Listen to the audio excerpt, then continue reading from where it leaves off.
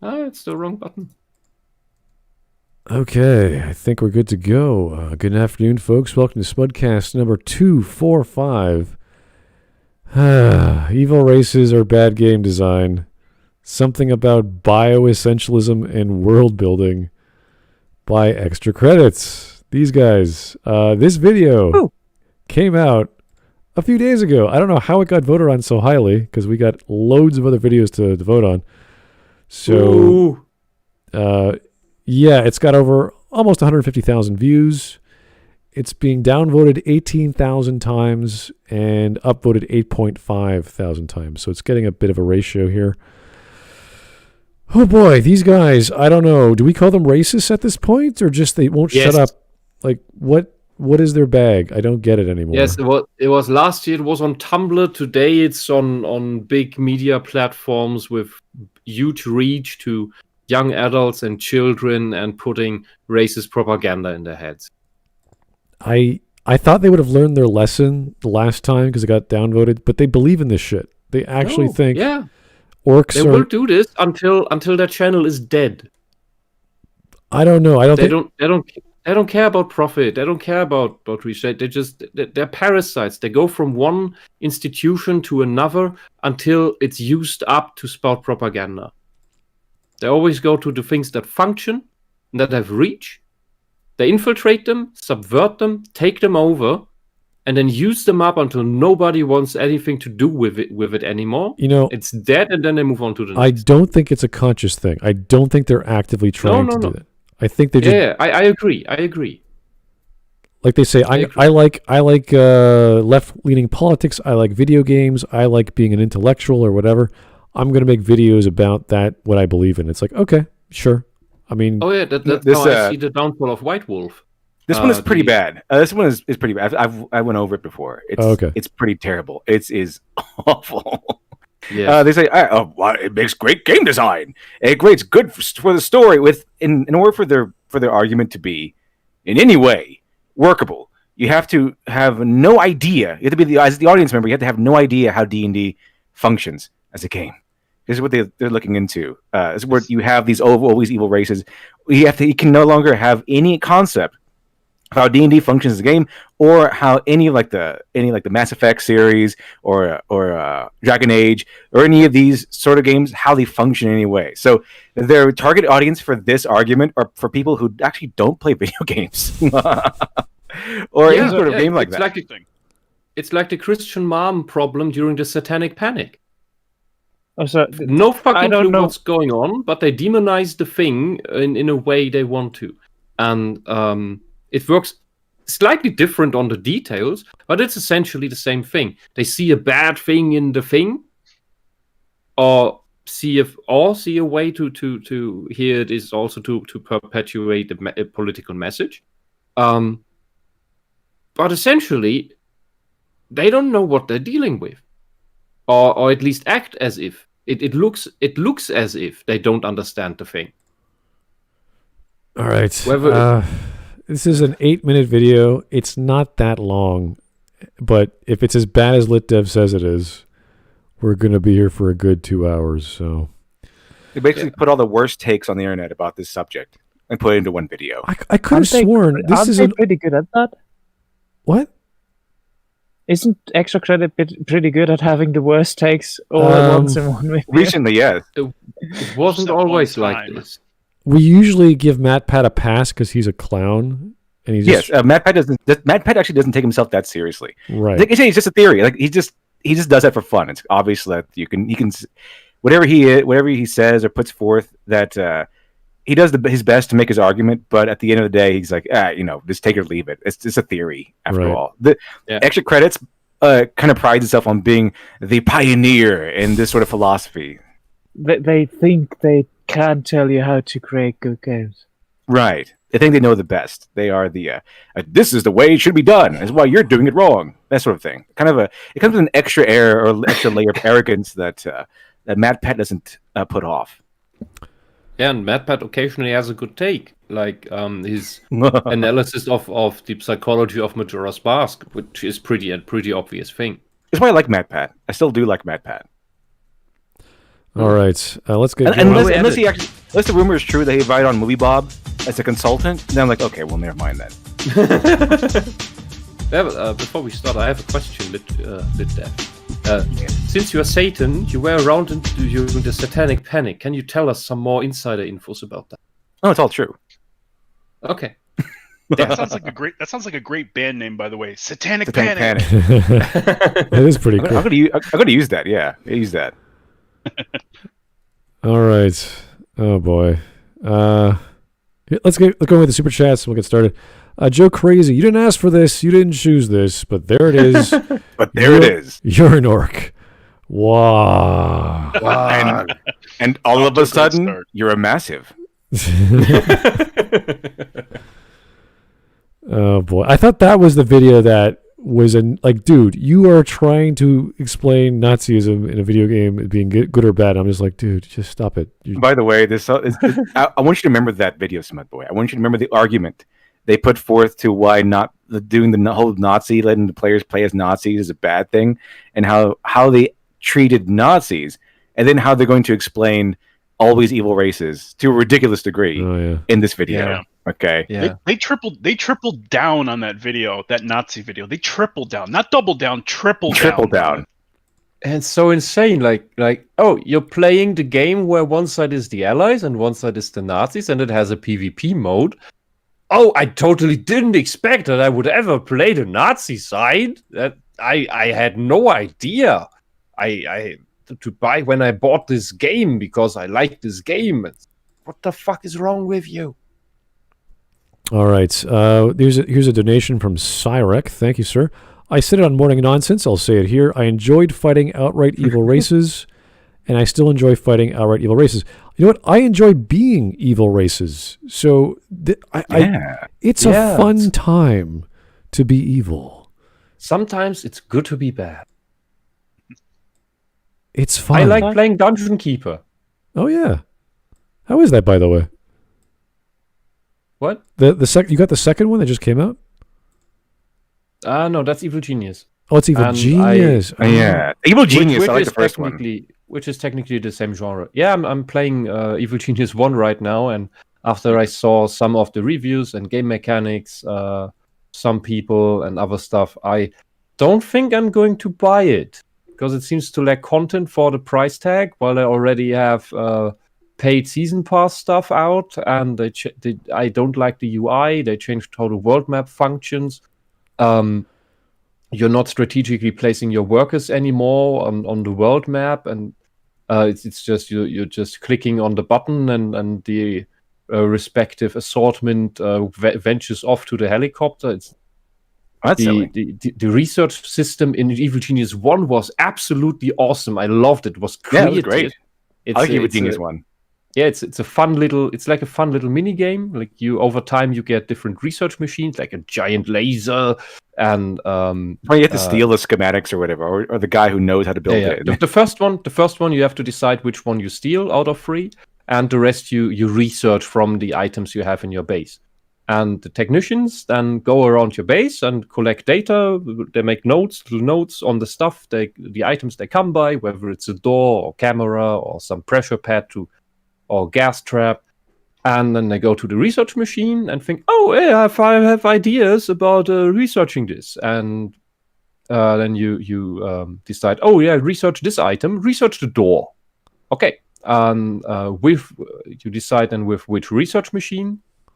Some use several research machines, and then you have to click 3 out of the 5 or 6 that exist. So it's a bit of a lottery. You have to figure out which is the right combination. And then you get a new item, like a stronger door, or that was great. Attack bees. I always chose that one, the short guy. He's my favorite of all the evil geniuses. And the whole reason why he's an evil genius, the little Dr. Evil. Yeah, the little Dr. Evil guy. He's fantastic. And the reason why he wants to take over the world is because women laughed at him because he was short. So he wants to take over the world. That's his motivation. Yeah, when you get enough notoriety, he gets mini-me. Yeah, and when you get so enough your favorite notoriety, evil genius is an incel. He spawns bodyguards. Yeah, actually, more or less. Yeah, that's kind of his attitude. Yeah, it kind of is. It's hot babes with bodyguards later on. This is my first time trying this setup with Discord. How does it sound? Sounds fine. Hello. Sound pretty good. Sounds good. as always. All right. Thanks, everybody. Okay, so are we ready to go? We all set? We all had to watch together? Yeah, definitely. Okay. Yeah, it's just, Let's do just it. To finish, We're in to here. finish. Got my whiskey, if I'm you- ready to go. If you want to buy Evil Genius 2, that research system is not an Evil Genius 2. It's just a boring tree where you click on I stuff think and I'm wait gonna. for I think I'm gonna minutes. make myself some brandy. Get Evil Genius 1 and get the community patch to version 1.2 or what it is, and you'll have fun. Oh, nice. All Oh, right. wait, have that one. Here's Cyric again. Speaking of evil races, what do you think of the Senu? I think they're pronounced Senu or Senu in Subverse, Smud. What little I remember, they're a race of Puritans, I believe, with mind-controlling powers. Let's see what we got here. Should W's? Yeah, they're the main villain, I believe. They're kind of like elves, space elves, and they got some techno versions of themselves and armor. So, I mean, the characterization's fine in these stories because they're not supposed to be very complicated. So they're okay. It's just the dialogue and the setting or lack thereof for me that I don't really... It doesn't draw me in, is what I'm saying. I bet there's more to it, but what I experienced was only like a few hours of game, and that's like, there's not much for me to work with. So there's like the launch on the 26th was just like, oh, that's it. It's an evening of playtime and that's it. You've got apparently 26 chapters. They gave us 2. So I'm like, where's the rest? So I can't really give much of an opinion on these. I think there's only 2 or 3 Senu. Shit. So I have tequila. $4.99 per chapter. Why is I that don't know. shit?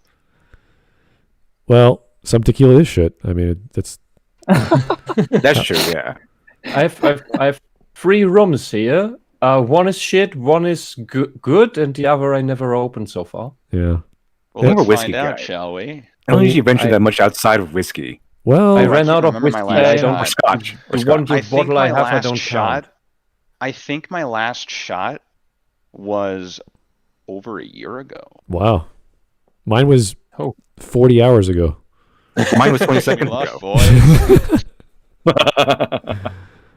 All Yeah. right. I Does anybody else really like Smudboy's avatar? How it's always reacting to whoever is next to him.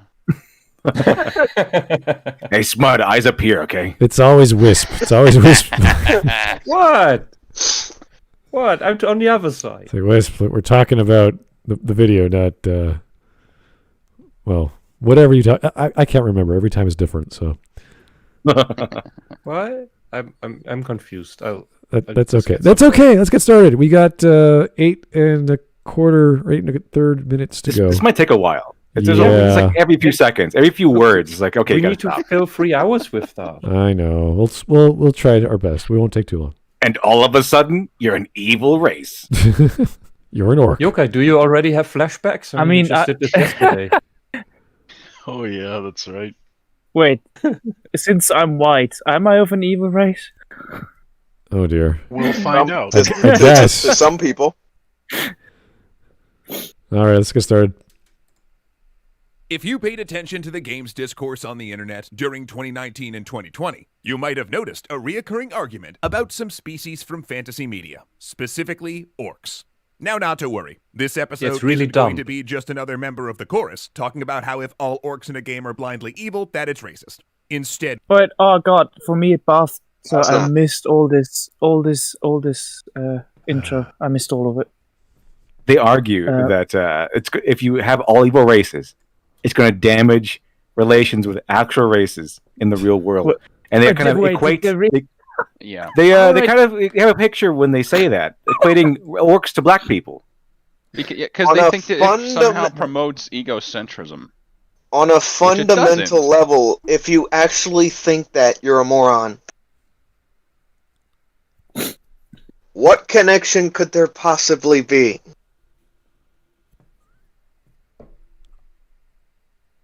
I don't follow. I want to know what All his right. in-depth racial Do understanding you guys is. wait? How about we make a game of it?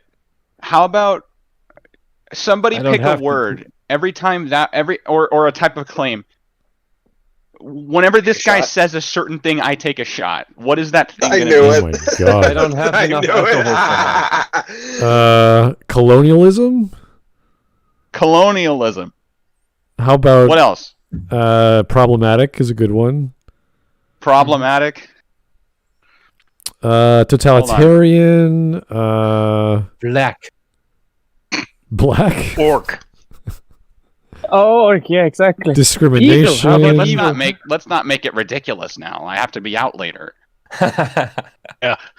How much tequila is in the bottle? That's the Yeah. question.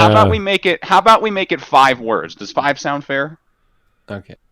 5 words? All right. All What's right. word number 1, everybody? Black. Black. What's word number 2? Have somebody else pick. Everybody gets to pick a word. Okay. LitDev. I don't know. I'm just glad this video has been ratioed into the dirt. I like it. It gives me hope. Politics. Come on, LiteratureDevil, pick a word.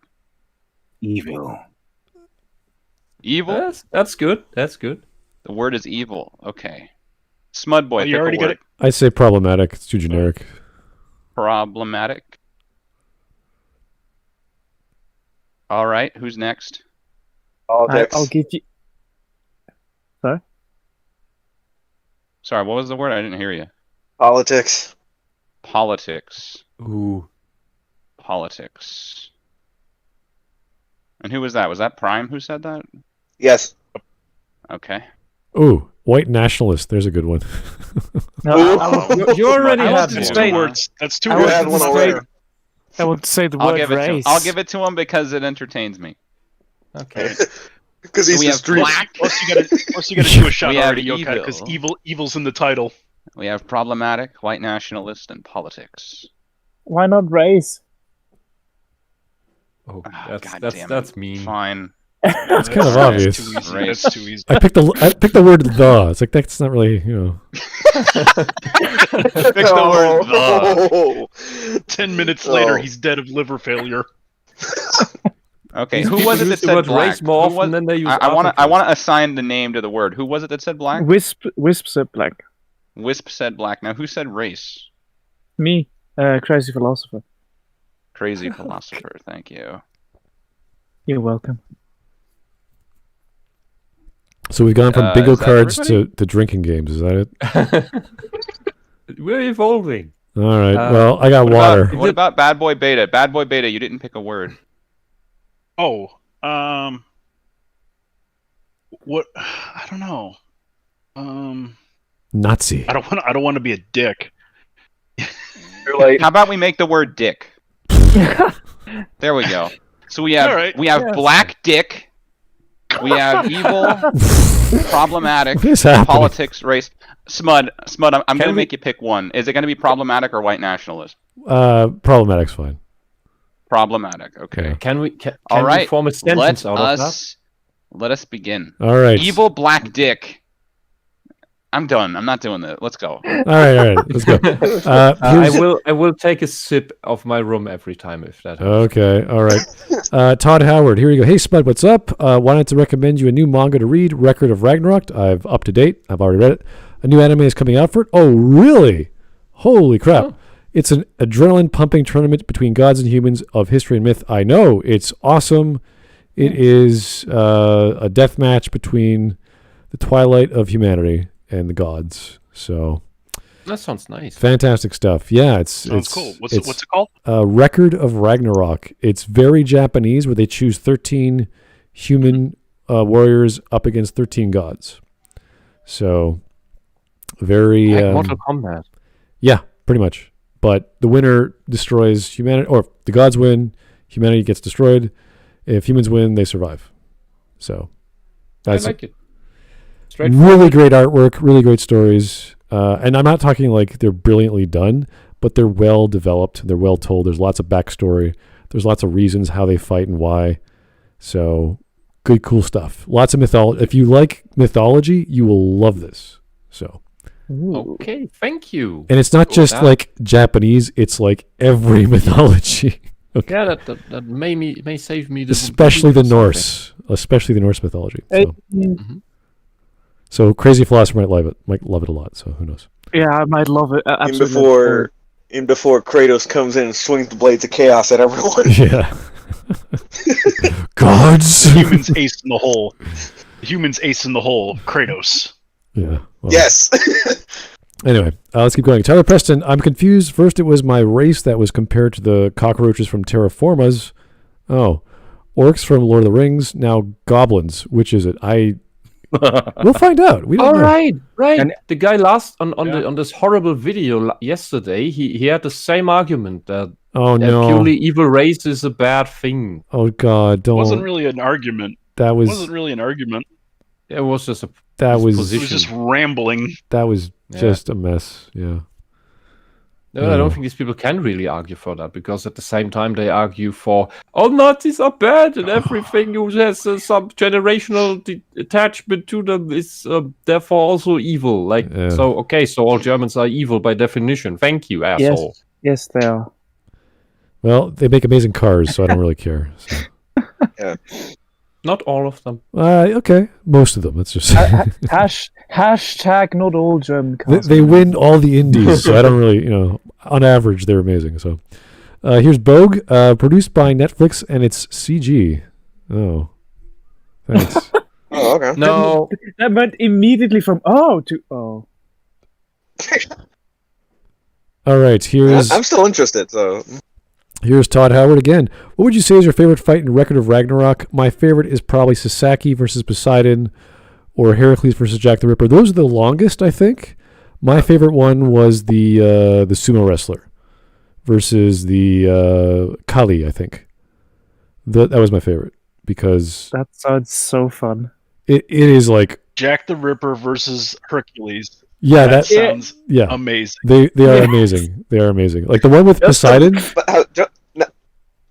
That was awesome because it's a samurai versus this complete like purebred god who's like, I am better than everyone. Of all the pantheon, he's like, I am the best. And it's like, yeah, he is. And Sasaki managed to win. Crazy. The thing is, the Valkyrie. Oh, don't ruin it, Smud. No, I'm not ruining it. The Valkyrie take possession of the humans so that their weapons can kill gods.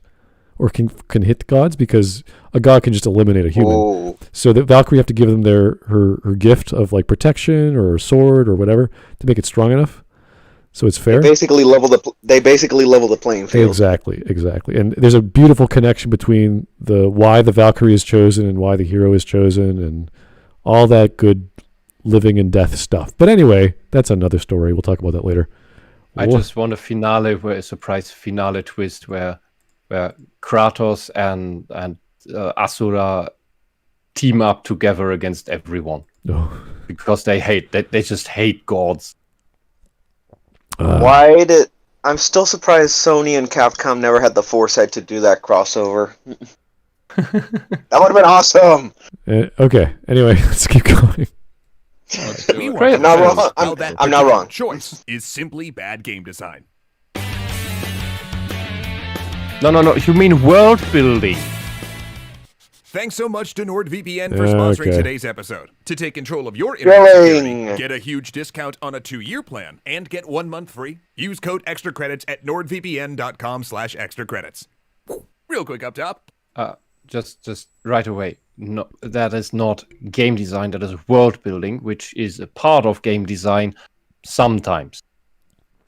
Little difference. Mr. Game Design expert with stupid head who probably never worked at this company when it was about games. This is such a soy art style. Yeah, it's super cool though, you guys. Super cool. I think it got worse. It was kind of endearing at first when I stumbled across these channels. Sucking my soul from me. I think you're coming to the conclusions it's soy art style because the guy on the left. Yeah, that guy is horrible. Really that's the epitome of soy. Bifocals. He's got his hair in a tail. Problem glasses, beard, sweater, man bun, cat. It's everything. Oh, yeah. God. Man with a cat. It's all there. Yeah. The only person that can pull off a sweater is Jordan Peterson. Okay. Yeah. First, I stumbled across this about extra history, which was kind of endearing at first when I stumbled across it many, many years ago. And then there was a turning point when it just turned to shit. I think that was the episode where he tried to do something different. And I think it was about Suleiman, and he tried to instead of just doing the history and cliff notes that he usually does, he went into this emotional story about how it's so sad for Suleiman to not have the glory of his forebearers. So he went onto well, you probably don't call it crusade in Islam, but it's essentially that a holy battle, holy war. Jihad. Oh right, yes, that thing. But then in his old age, he died on the way to the battle before it even started, and it's so sad. And I felt like, are you fucking for real? I'm supposed to feel compassion and pity for the guy who brought an army to the edges of Europe to take us over and impose his imperialist, authoritarian, oppressive bullshit onto us. I mean, come on! It was just a boy because with he a couldn't dream. have his battle. He was just a boy with a dream. Yeah, and well, that video didn't get very well received for various reasons. But Extra History I lost all interest in that after that, because what the fuck are you doing? And because it automatically raises the question, in what other parts have you emotionally manipulated me about history parts that I'm not that familiar with? And can I ever trust you again not to do that? Apparently not. And extra credits never stuck with me. I think I saw one or two things and I found it utterly boring even back in the day. It wasn't giving me anything. Okay, here's Vladimir Dragunov. Thank you. I bet these people would side with the arachnids from Starship Troopers. Goddamn species traitors. Yeah. Oh yeah, I thought that shit up. Just make the claim and try to put it as if the arachnids are the poor oppressed race that were attacked by humans. Oh no, they weren't. And as if you can put reason with them. Try to reason with them. At some point, they'll complain about the arachnids being a stereotype for black people. Oh, yeah. Oh, they already made that with the Predator and the Alien and the Xenomorph. They made it with both. I know. So what then is Alien versus Predator? Is the black on black crime? I can understand one or the other, but both? How are these idiots? They couldn't even decide. Yeah, this is where Smart is correct, or LiteratureDevil, or whoever said it. They are not consciously doing this. This is the ideology that spreads so far that it's just naturally building these arguments everywhere, even though they're contradictory. It's like a natural metaphysical demon that possesses everyone and just makes everyone act in this exact same way, even though it's contradictive. Yeah, it's just an ideology that hasn't been critically analyzed, and they just keep perpetuating this belief of subjectivity of the species. Yeah, and that's the thing. Because of the subjectivity as its core function, it is forbidden from ever using self-reflection. So it can never fix its own bugs. If it ever would fix its own bugs, it would fall apart completely. Everything about it would fall apart. Not just the obvious stuff. Yeah, it's not worth debating over it, because we could see the craziness happen before our eyes and make fun of it. So just find the meta interest.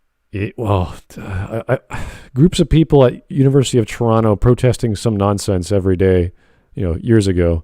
Obviously, they can't go outside anymore because of COVID, but it's just like, oh, what are they whining about now? It's like, oh, leopards in South Sahara. That's great. Okay, cool.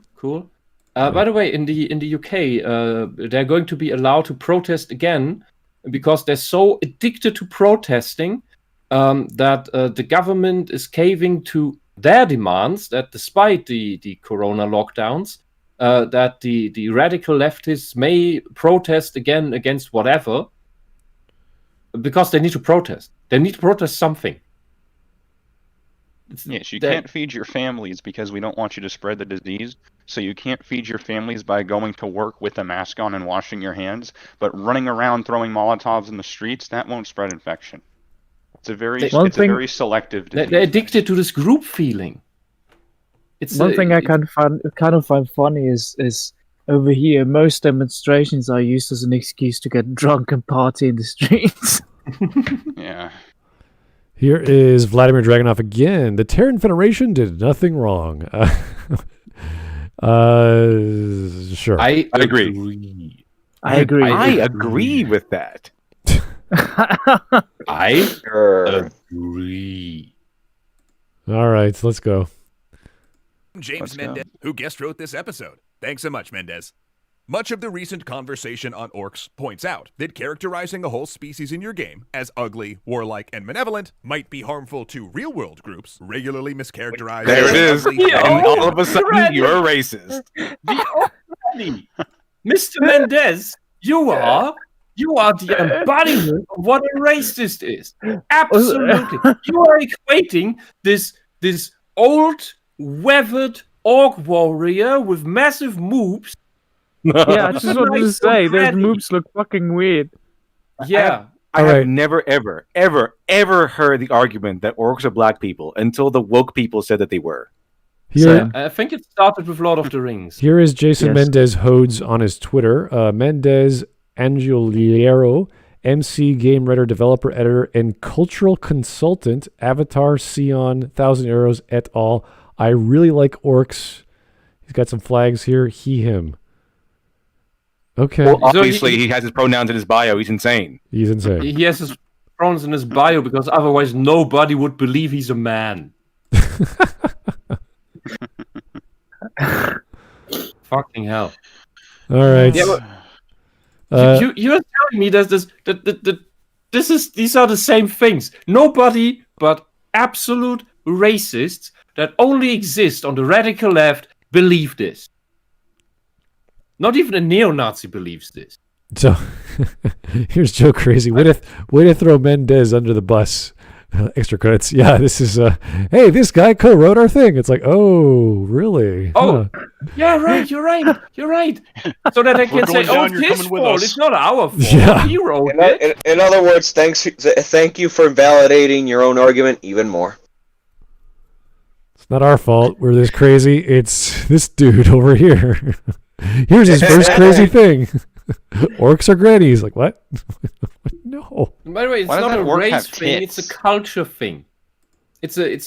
You always have to, and the interesting part when you have these role-playing games is you tend to come across the exception to the rule. Like you get the orc into your party that maybe is just neutral evil and not super duper evil, or he's even neutral Chaotic. or something. Yeah, or Can he's someone just tell me why the orc has tits? Yeah, Yeah, we were moves. talking about that before. I have no clue. He worked out so hard that eventually he started producing phytoestrogens. Oh my and God. that's where he got the moves from. So he steroided too much. I don't know. But, God. And so this is, I forgot what I was saying. Don't worry. I'm sure I Okay. have much more to talk about later. It's Don't okay. feel bad. I have will. a folder. I have a folder ready. Oh, God. Let's just Oh go. god, no, No, not not that really, folder. The other. I origamied it. The one without the orc tits. That's the one we don't want. Oh, thank god. Hey, female octets are fine. Okay. Not disagreeing.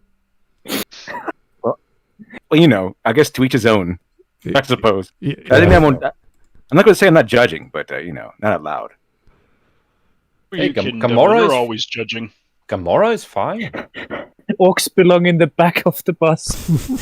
Oh, no. Wow. No. Okay. Let's go. Mr. James. benevolent. This video isn't that. Though if you want more on that discussion, Mendez breaks it down wonderfully Which we don't. over on his website, and we'll have a link to that in the description. Wait, it's Isn't that- not he breaks it But down we're wonderfully. going to talk about something related. Ah. Why characterizing a group like this in your game Is can be that a lazy at shot? best and at worst. Is that a shot? What do you say? There was a box that had the word evil written on it. I Does think that wasn't count? spoken. Website, and we'll have a link to that in the Wasn't description. spoken? But here, That was the Oh. keyword you used? Evil? That was the one that LiteratureDevil right. chose. Oh. Damn. I've already No, I would spoken, say but I that's didn't just know in passing, so no. Okay. Yeah. I have another question before I assume, because I don't want to cheat. So, Crazy Philosopher, you said race. If he says racist, do I have to take a shot? I wouldn't say so. It's not the same word. Okay. Mm-hmm. Well, Politics for Prime. Politics. Political. Is that a shot? Yes. All right. LiteratureDevil, if he uses the plural for evil, which is unlikely, but if he says evils, is that a shot? Yeah, sure, why not? All right. Bad Boy Beta, you're the last one. The plural for dick is dicks. Does that count as a shot? Sure, why not? I'm glad you're getting All right. your criteria for when to take a drink very clarified for everyone. Are you talking about tequila here? It's a good thing he Philosopher, you're clarifies. the odd one out. Otherwise, This is either Philosopher's really the odd one out. this is either really bad tequila or you just don't want to get drunk. I don't know. All right. It's been over say, a year. I might. Guy's going to be staring at his tequila bottle all night while we watch this video. No more. Damn it! No, what I find curious about the box is, yeah, okay, there's some demon devil thing in there, and the skeleton. They don't need to necessarily be all of evil. these characters But in manga. especially the dragon. Yeah, There are so many good dragons. all of these characters in manga and D&D, they're neither good nor bad. It depends how you write them. So Yeah. it makes no difference. So No, actually, but the thing I all used dragons are evil. I used no the exception. character. What's his name? Dritz Dristor Durden. Dristor Durden. Yeah, he's a drow. in canonically in D&D. As far as I know, the Dark Elves, by and large, are supposed to be some flavor of evil, like lawful evil or chaotic, whatever it is. They're supposed to be an evil race. Lawful evil. It's They're one of the probably evil races. lawful. They're one of the evil races, but Dritz, I think he's a good guy. He's actually a good guy. So even in canonical D&D stories, in canonical D&D lore, not all of every member of every evil race is themselves evil. There can be, on an individual basis, canonically speaking, people that are good, ones that are not hostile to the various races that you normally play as, like humans and stuff like that. Yeah, So at least one or two. what their premise is built on is the idea that when you declare something an evil race, that means they are always all 100% evil all the time, no matter what you want to do. So they're No saying exceptions. that's the argument here. It's correct. The argument is that takes away from gameplay because you don't have the choice to interact with these people other than to kill them, like because they're evil. There's no way that you as a player character can never talk to them or anything like that. That declaring a race as always evil means that you can never interact with them in any other way except for killing them. That's the premise that they're building up this whole thing off of. That is Yeah. so ridiculous because we have Iconia in Viconia in Baldur's Gate 2, who's a Yes. drow, and she's one of the she's probably the most interesting love interest for a male player. Mm-hmm. So, The whole drow culture is absolutely insane. Oh, it's crazy, yeah. Interesting. And it's a matriarchy, I think. Yeah, it's the matriarchy. It's a spider cult at the same time. It's The males are essentially just held as slaves and workers.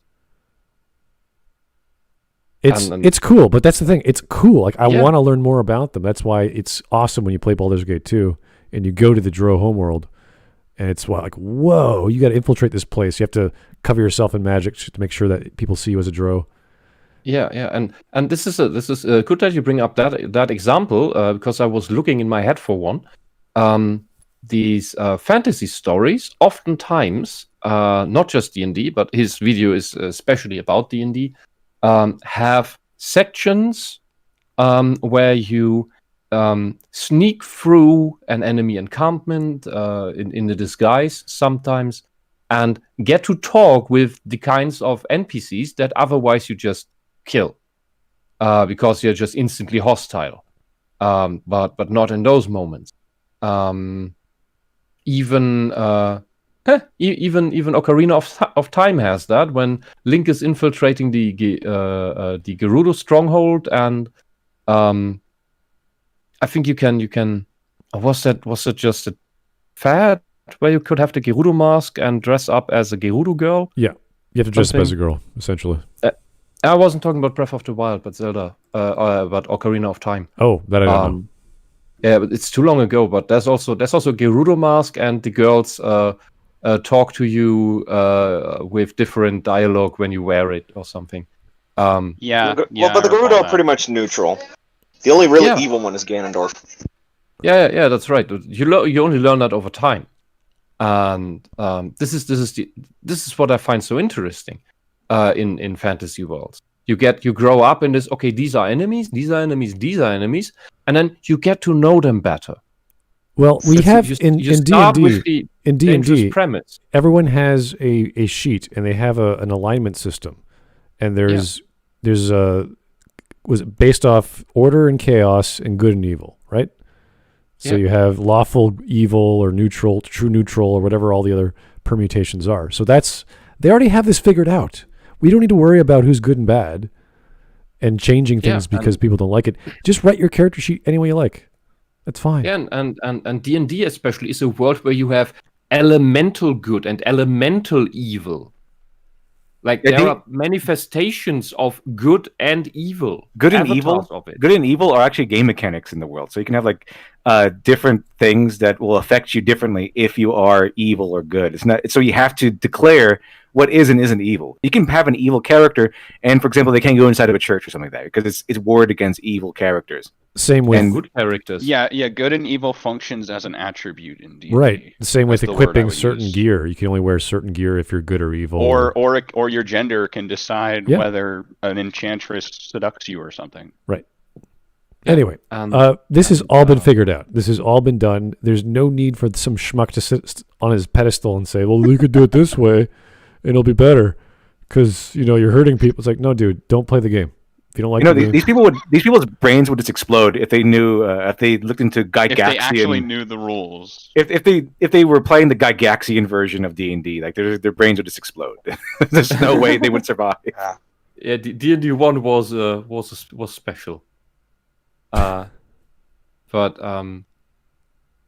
it's just it's like either they pretend to not know how it really works or they really don't.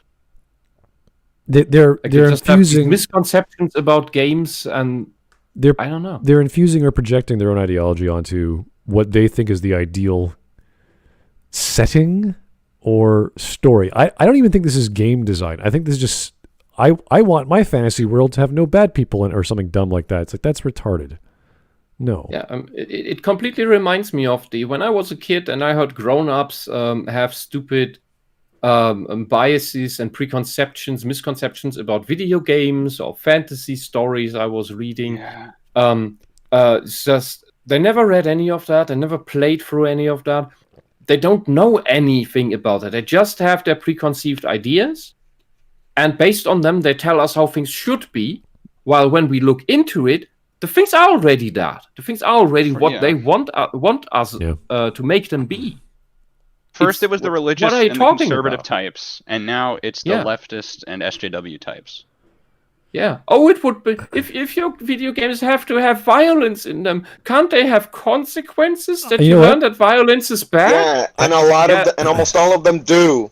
I hope they want Call of Duty to have a whole written storyline for what happens if you commit a war crime or something. Oh dear. Well. Yeah, and that's why Grand Theft Auto keeps it as simple as, hey, if you're an asshole shooting everyone up in the city, the cops go after you. And even up to the point where the military goes after you and shoot your ass down. Well, after you always play these war games, can't it teach you that war is bad? Yeah, it kind of does. They do. Well, I hope after we argue with these guys publicly in some sort of event where they realize, oh yeah, we should probably shut up about this, we'll have the same thing which happened to the radical right back in the 90s. It's like, oh yeah, we don't know what we're talking about. We're morons. That should be the same reality. Yeah, but the thing is, the radical right will have discussions because they're completely convinced that they have good arguments.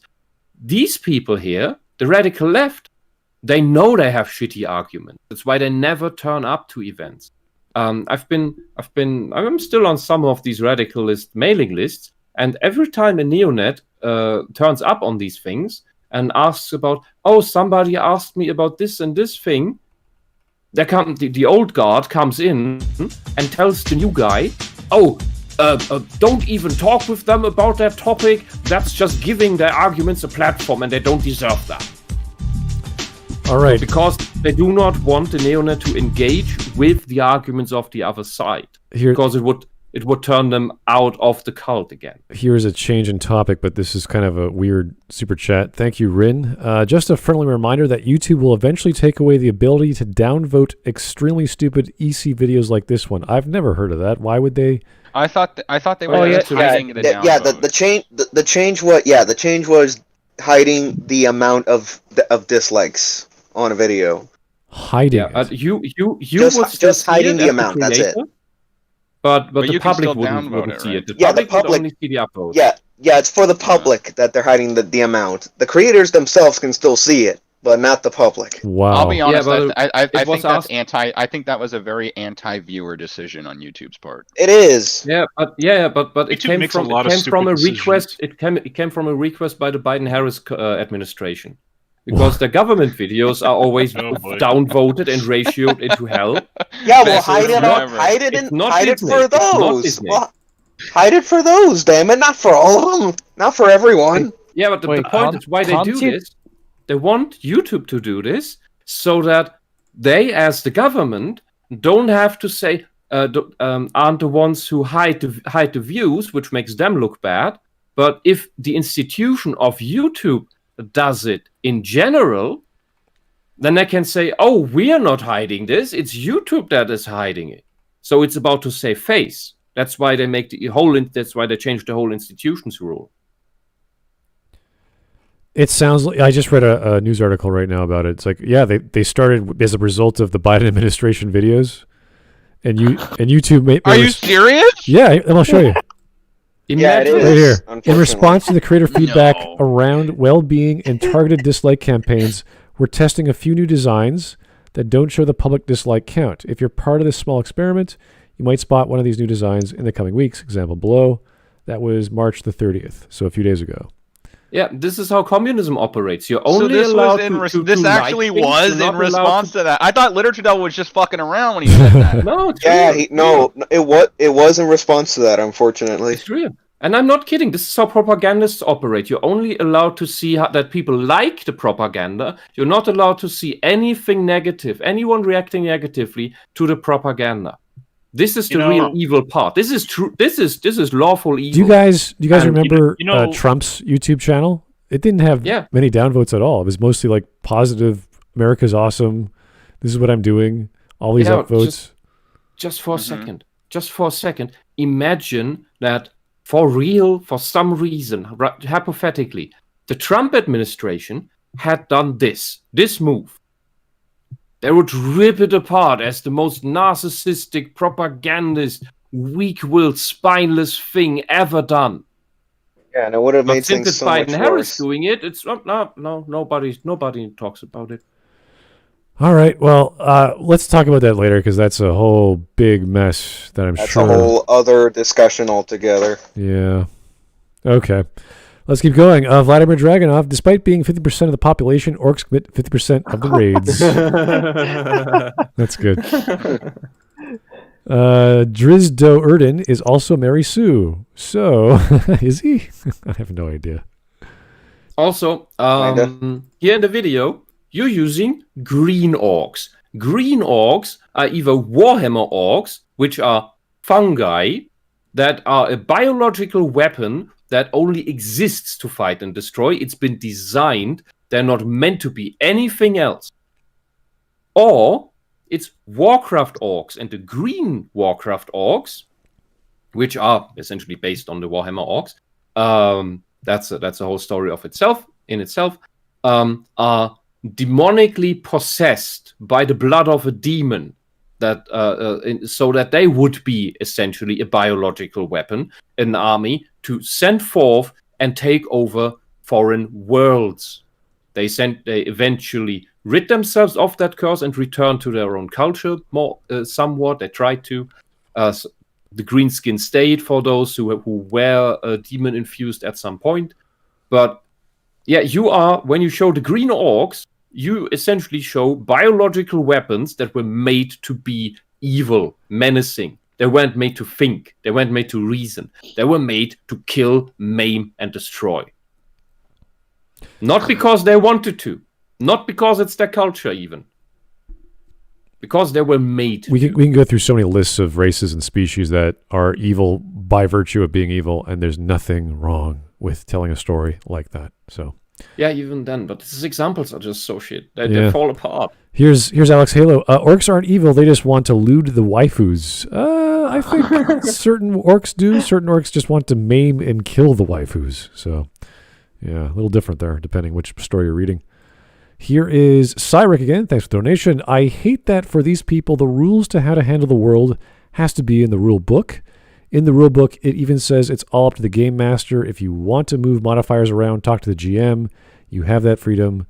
Hashtag gatekeeping is needed. You know, this is not a big deal for anyone playing tabletop games because they just don't care. They're going to keep playing the games they like.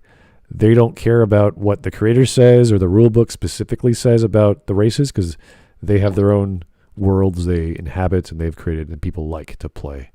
So this is just a small minority of people that have somehow nagged the publisher of D&D, and they said, yeah. What's even worse is that the people who are doing this nagging and complaining have a lot of them have been self-admitted, not even players of the games. They're just complaining about it. Yes, it's the same in gaming, in video games. It's the same in other parts of nerd culture, in hacker spaces. The people who get in there and change all the culture to political activism, they're not hackers. They're not interested in that. And they're not nerds either. They're all... everything about them is fake. And it's where the term fake gamer girl, for example, comes from. Because that works exactly the same way. They're not interested about the topic.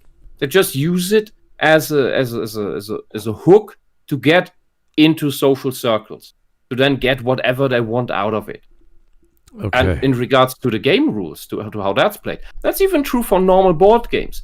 Almost every board game is house ruled because something's weird about the rule book, or some rules don't make sense really, or it's just we found this it plays better like this. That's the most normal thing to happen.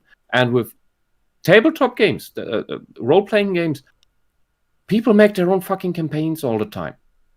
The rule books are really in Pirates of the Caribbean vibe, they're just guidelines.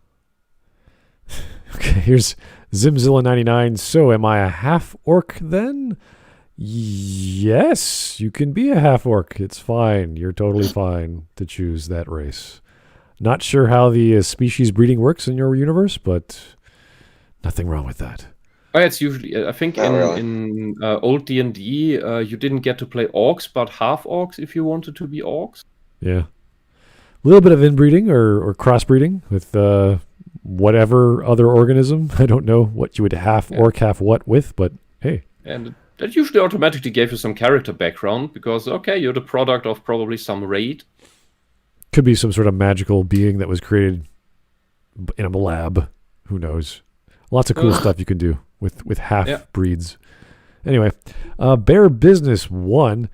You're all verbally disliking something that will be the next thing blocked. Oh yeah? Yes. Yes. Well, I grew up in East Germany, and although I only got the last few years of it, while being just barely table high, the stories of my family and the families of my school buddies, they aren't very great, and this is just all coming back, and this here is how it begins. I'm sorry if that's too dark for you, but I'm sorry, that's how it is. This is the culture war. This is what they always did, and they're just trying to do it again. This is what they should have warned about the. We have a saying in Germany after World War II, which is "Wehret den Anfängen." It means beware the beginnings. But the problem is, since nobody ever talked about red socialism, only the brown socialism, nobody knows what the beginnings really are. So they don't see it on the far, far, far furthest left side. That's the real danger. That we're all blind on the left eye. We all see perfectly clear like hawks on the right eye, but we are blind on the left. And that is what's going to bring us the next tyranny. All right, 1 minute in, 1 hour in. That's great. Good ratio. Okay. Yeah, I like it. We'll be done in 8 hours. It's great. EFAP. we're going to talk about something related. Why characterizing a group like this in your game can be lazy at best and at worst, actively harmful to the world you're creating. When designing a game's world and populating it with fictional species, a designer might be tempted to differentiate them from one another by certain inalienable qualities, like their moral alignment. We're going to talk about something related. Why characterizing a group like this in your game can be lazy at best and at worst, actively harmful to the world you're creating. When designing a game's world and populating it with fictional species, a designer might be tempted to differentiate them from one another by certain inalienable qualities, like their moral alignment, violent versus peaceful, law versus chaos, good versus evil, and the like. It's a common trope in speculative fiction, but especially in the context of a game, painting an entire species with the same moral brush actually weakens the entire thing. This idea that a certain subgroup, like race, nationality, or sex, has inalienable traits is called biological essentialism. No, you're bullshitting. You're bullshitting. Absolutely. Devil, you're responsible for my first shot in over a year. Which one was it? Didn't he say race like 3 times or something like that? Yeah, didn't he say race a lot? Did he? I'm not race. Just make it one big shot. Just down the bottle. Yeah, just started already. Species. He didn't say race. No, just takes 3 shots worth in a cup at once. Chat, keep helping us to get this right, please. We're not taking... Yeah. We're trying to react to the content. Be honest, chat. We gotta do it right. I didn't hear him say race. I heard him say species. No, he said it at least... at least his one... He's got at least one shot. He said evil, at least. Yeah, he said evil and he said race, too. He said both at least once. When did he say race? I didn't hear him, I swear to God! Just now! Just now! Just do 3 is enough, okay? Don't kill yourself here. Alright, fine, I'll do 3. Why not? I just took devils, let me take the other 2. Alright. Oh, dear. Anyway, we're not talking You about... wanted to do this, Yokai. You wanted to do this. No, it's okay, I'm having fun. You're having fun. He's taking the shots. That sounded so defeated. 3 ounces of tequila is fun? Okay, I mean... Alright, that's 3. That's 3. I took 3, guys. I think 3's enough, like the rest of the day, actually. Can all get off. For the rest of the day. Boy. No, we're gonna do this for real. Oh, we're gonna do it. I'm not gonna quit. You're a hero. This is not biological essentialism. We're talking about culture here. And the people, the orcs he's describing and painting with the evil brush, that is, orcs have a certain culture. It's a tribal culture. And orcs are not just, as he's depicting it, black people. Why ever? He thinks that orcs can only ever mean black people. Orcs are a metaphor for all human, tribal, pre-science, mythical, shamanistic, druidic, the kind of warring tribal culture. The primal part of ourselves. In other words, a far cry from just black people. Yeah, it's all of it. It's Native Americans, it's Mongols, it's Germans, it's the old Germans, it's the Celts, it's the Norsemen, the Vikings. That's where fantasy monster races come from, actually, is that's what they represent. They represent the primal, brute part of our lives, of our existence, of our evolution. That part where we're just tribes and just taking what we want and fighting. They're basically just a manifestation of our primal urges. That's what orcs and goblins and gnolls and whatever else they have. That's what they represent. Things that creatures that go out and they pillage and they destroy and they obliterate. That's kind of what they represent, at least in D&D and most fantasy. Yeah. Well, so naturally, these stupid people take that and say that it's based on black people. Way to go! Yeah. Elves on the other side. Elves usually represent, at least as far as Tolkien goes, they kind of represent the higher selves. What's something we have left to achieve?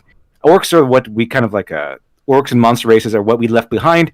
The primal, dark, primordial parts of ourselves, and then elves are the enlightenment that we hope to reach one day. While we, as humans, kind of are in the middle. Yeah, well, it's also heavily inspired by the structure of Norse mythology, how they thought the world is structured. Like humans in the middle, then the giants below, and then the elves on top. Yeah. Then the gods above the elves. So he's trying to use genetics or the nature of something to imply culture of something, essentially. Yeah, which is not what these games are doing. in the Discord chat, I posted a depiction, an artistic depiction of ancient Germans, although it's not really correct because the one guy has a horned helmet. Nobody had horned helmets. There's been only, I think, at maximum 2 artifacts of horned helmets, and they were obviously used for ceremonial things because horned helmets are dumb in a fight and in a forest especially. It's just a martial thing that Richard Wagner added for his operas to make them look more interesting. Because they look cool. Yes, because they look cool. But really nobody had horned helmets. And beneath Rule that of cool strikes again.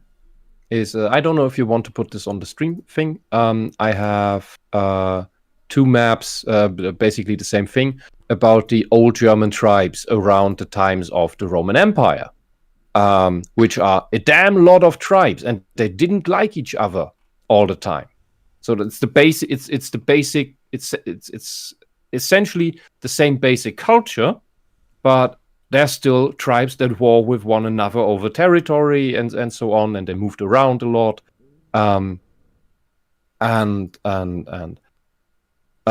It was an oral tradition. Where that's where the Druids came in, for example, in the Celtic culture. They knew all the stories, and all the essentially what I don't want to use the word science, but essentially what knowledge of medicine and the stars they had.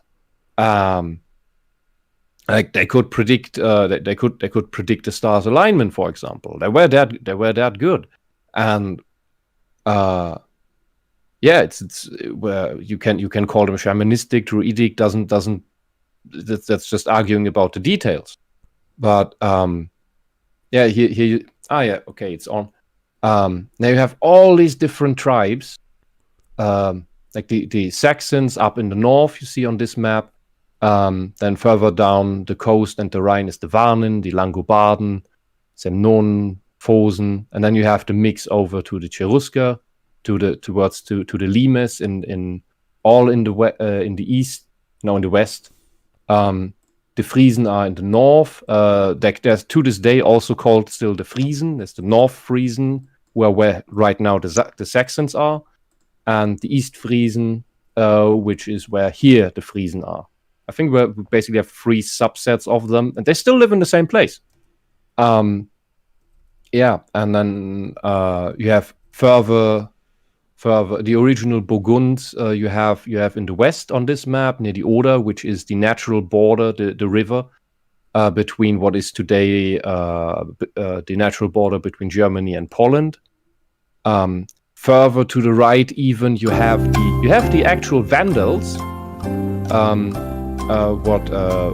When you use Vandals as a slur, that comes from this tribe. It's very interesting. In Germany, we have a similar one where we say when there's total chaos somewhere because someone didn't clean up a room and it's just a total mess after a party. We say no. At least a few decades ago, people still said, "Looks like the Hottentotten were here." The Hottentotten were an African tribe. All right, it's the same thing. But it's all the same. It's all the same fucking shit. It's tribes warring, believing in gods of nature, and so are you telling me, Mr. Mendez and extra credit staff, that my ancestors that lived here in Germany, that Germans are orcs? Yes.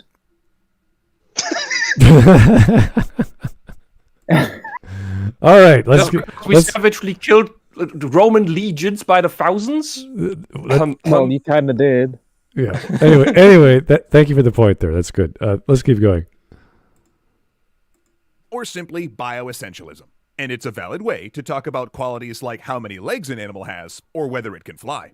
But all too often, this concept gets misused in untrue statements, like pit bulls are a violent breed, men are more logical than women, or Asians are better at math. What? Chances are. Dude, statistically, whatever that is, Asians are better at math. Statistically. And men are more logical than women, which is mainly hormonally enforced. Because if you... I can vouch for that one, just saying. Me too. Dude, I'm on HRT. I'm on hormone replacement therapy. She's pretty smart. Yeah, and that in itself, when your testosterone goes down and your estrogen goes up, holy shit. I still have the same fucking autistic brain as I did before. But yeah, I am a bit more emotional than I was before, because it's a bit harder to control, because testosterone doesn't just make aggressive, it also makes stoic. So when that's out of the system, and women never had that, they have trouble controlling that. And when you're always emotionally overloaded, and maybe even dysregulated, you're not going to be logical. Because logic requires to have your emotions in check. They're all bunch of more men in STEM research, as well as grandmasters at chess, as well as all sorts of other left-leaning oriented jobs, whereas a lot more women are in caregiving jobs and creative elements. Not to say that men aren't creative or women aren't logical, but it's just on average, on these big means of distribution, we have women and men at other ends for specific biological reasons. The best example in medicine are radiologists. 90% of radiologists are men. And they make a ton of money. You want to make money? Become a radiologist. You know why women aren't becoming radiologists? Not because it's a hard job. That's I don't want to play it down, but you're basically operating the machine and reading the data. You know who's dealing with the patient? The nurse.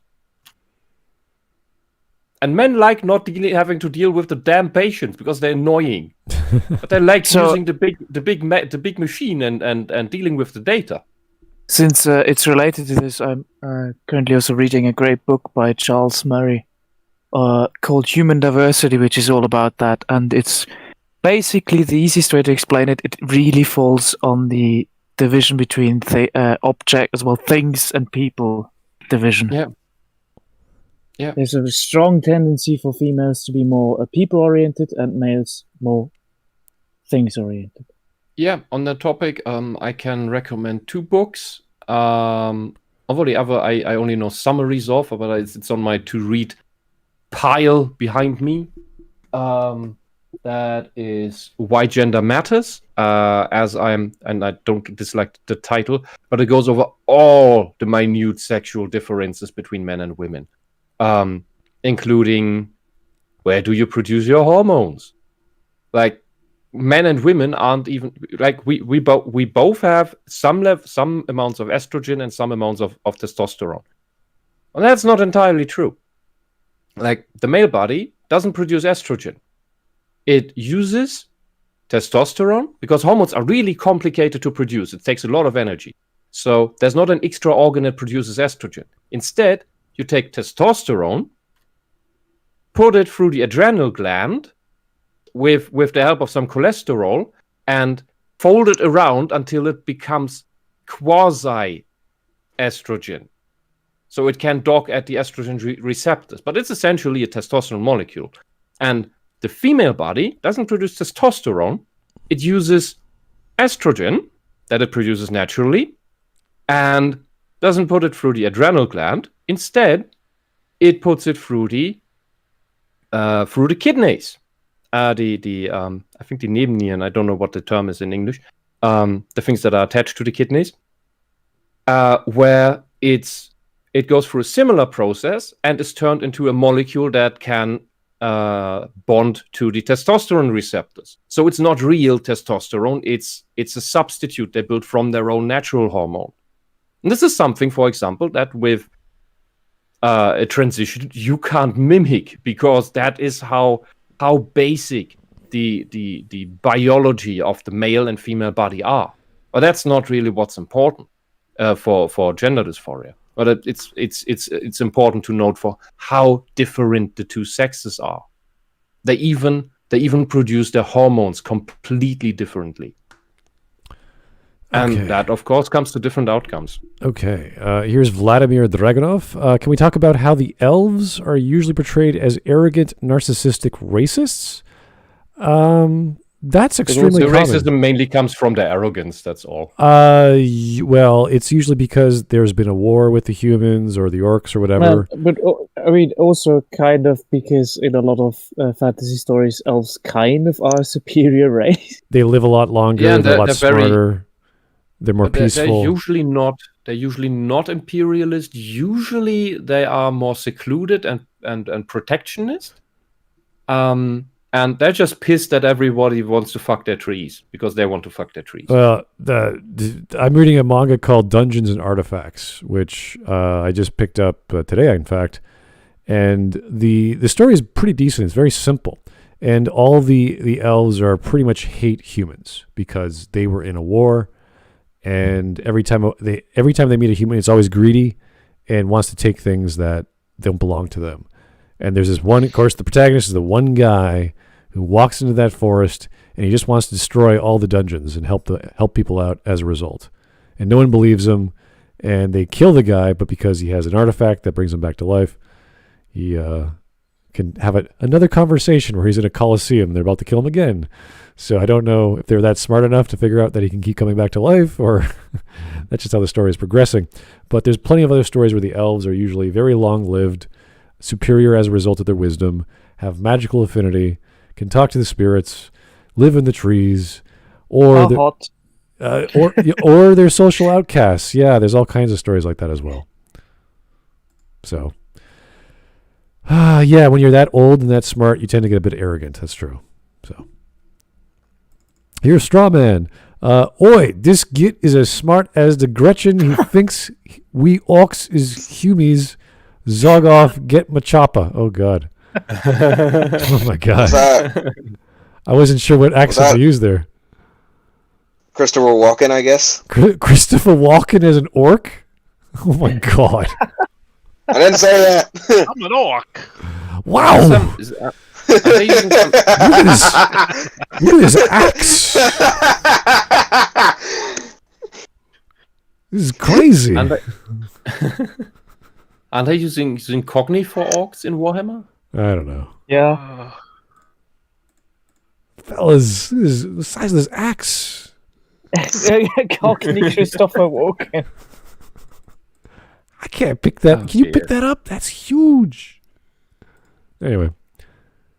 If a game is set in a world that the designers are avoiding these tropes because they aren't real, as multiple fields of societal and science can readily prove to you. But wow, you're full of shit. Thank you, Mr. Scientist. Yeah, no research there. Citation needed. What isn't real? It doesn't. It keeps not playing for me, and I already reloaded. No, I can't. Try a different browser. I can't tell if this lady has no arms, or those are actually her hands, because it looks like the statue has hands. Those are her hands. The art style they do is just like the Rayman style, where they just have no arms, only the hands. But why does she have just to tell you, feet? I like it when Rayman does it.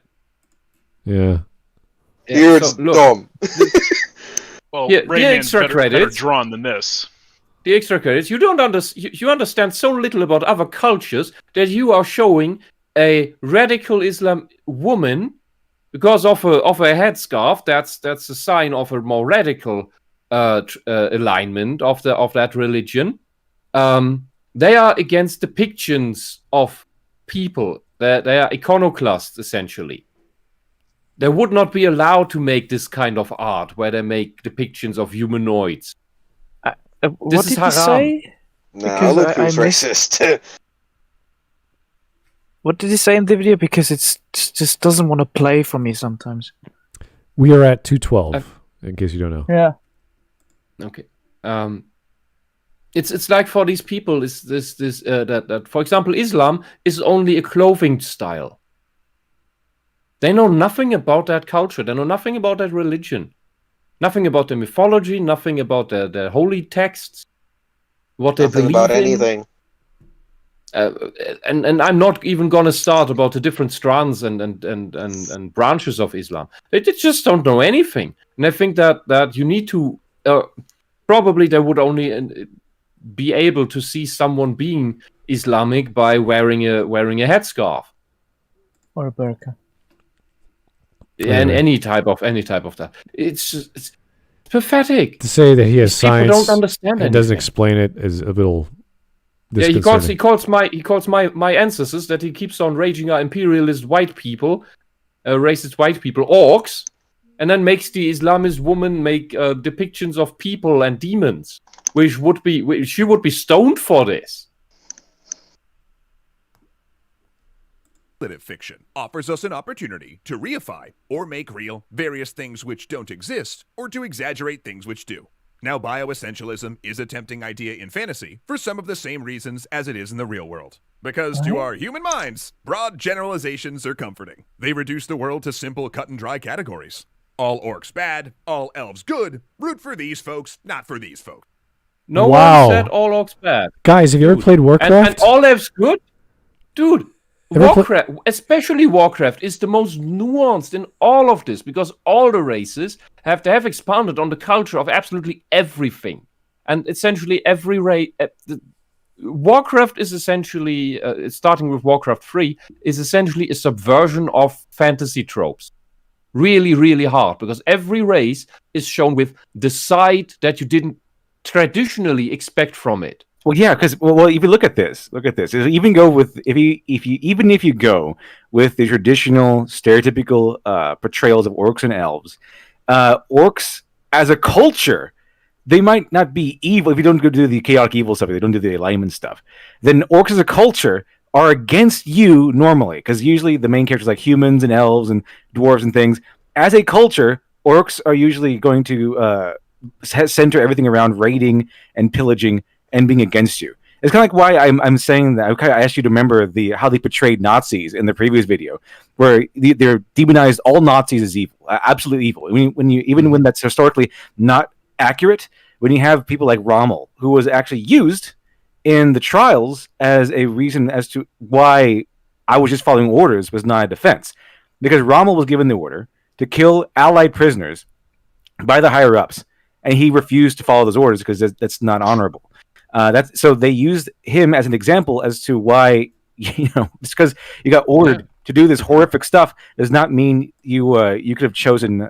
You had no choice. You could have chosen not to do so, and so you still got punished for things you were ordered to do, and the things that you carried out after that. So they portrayed Nazis 100% evil to the point where they wanted to give like penalties to players who play Nazis, or extended time limits or something like that, because you're playing Nazis too much or something. Where over here, this is the same kind of a similar scenario here, where you have this group of people, which are orcs in this case, that are going to be culturally against you. The whole culture, even in D&D, no matter what it is, usually in usual stereotypical fantasy settings, orcs are going to be against you as a culture. Like, it's a culture for them to go pillage and destroy you and then take your things. That's because they're nomadic tribes. Exactly. They need to take things. They're warrior. They're usually a warrior race, a warrior tribe that is out there to fight, spill blood. In fact, I think in the D&D, like 5th or 5th edition or something like that, orcs can like kill elves as a rite of passage, and then they can gain a higher status among orc society or something like that. So death, murder, bloodshed, it's part of their culture. It's not because they're just evil. It's part of the culture. Even if you didn't buy into the whole evil good thing, they are a culture that is set against you. It's kind of like how goblins are in Goblin Slayer. They are, even if you didn't believe they were evil, they are a culture that is sent against your people. And they will kill you because you are human. They will kill you because you are an elf. It's not, it's not going to be because you're humanizing them. It's just, that's the way they function. Yeah, the way that the goblin species functions in Goblin Slayer is like not just like a nomadic tribe that is invasive, doesn't care what lives where they go. They even go for where humans live because they need them to reproduce, which makes them parasitic. They're a parasitic nomadic species. And with the old Germans and the Norsemen, we had our blood sacrifices. Or well, they had. We don't have them anymore. I think the Nazis wanted to reintroduce them, which is creepy. But that's another story. For the not all Nazis thing, there's a very much more common thing that happened in those times, and I trust that only the Japanese would have the guts to make a story, make a manga out of that. To be honest, which is imagine it's, let's say, 1938. And the SS is coming around to recruit, to look for young people who are fit to join the SS. They're not taking everyone. The SS only took the epitome of what was the Nazi super Übermensch stereotype. So they only took the tall, muscular, blonde, blue-eyed guys. So the best of the best looking. And I came around to your house, said, "Oh, you, 18 years old, tall, broad-shouldered, well-built, blonde, blue-eyed, you're going to join the SS. But you don't believe in all of this Nazi crap." And they say, "Okay, then we put a gun to your head. Will you join then?" And I bet a lot of these lefty folks will say, "Oh no, I would resist." Yeah, but the truth is, they didn't put the gun to your head. They will tell you, "Oh, you can either join, or we'll put the gun to the heads of your family." Well, I mean, Will you join? Even Jordan Peterson kind of covered this. Yeah, all these leftists who are getting above the pedestals, they would be Nazis if this were Germany. If this were because you're inspired to be that way. You just follow the crowd.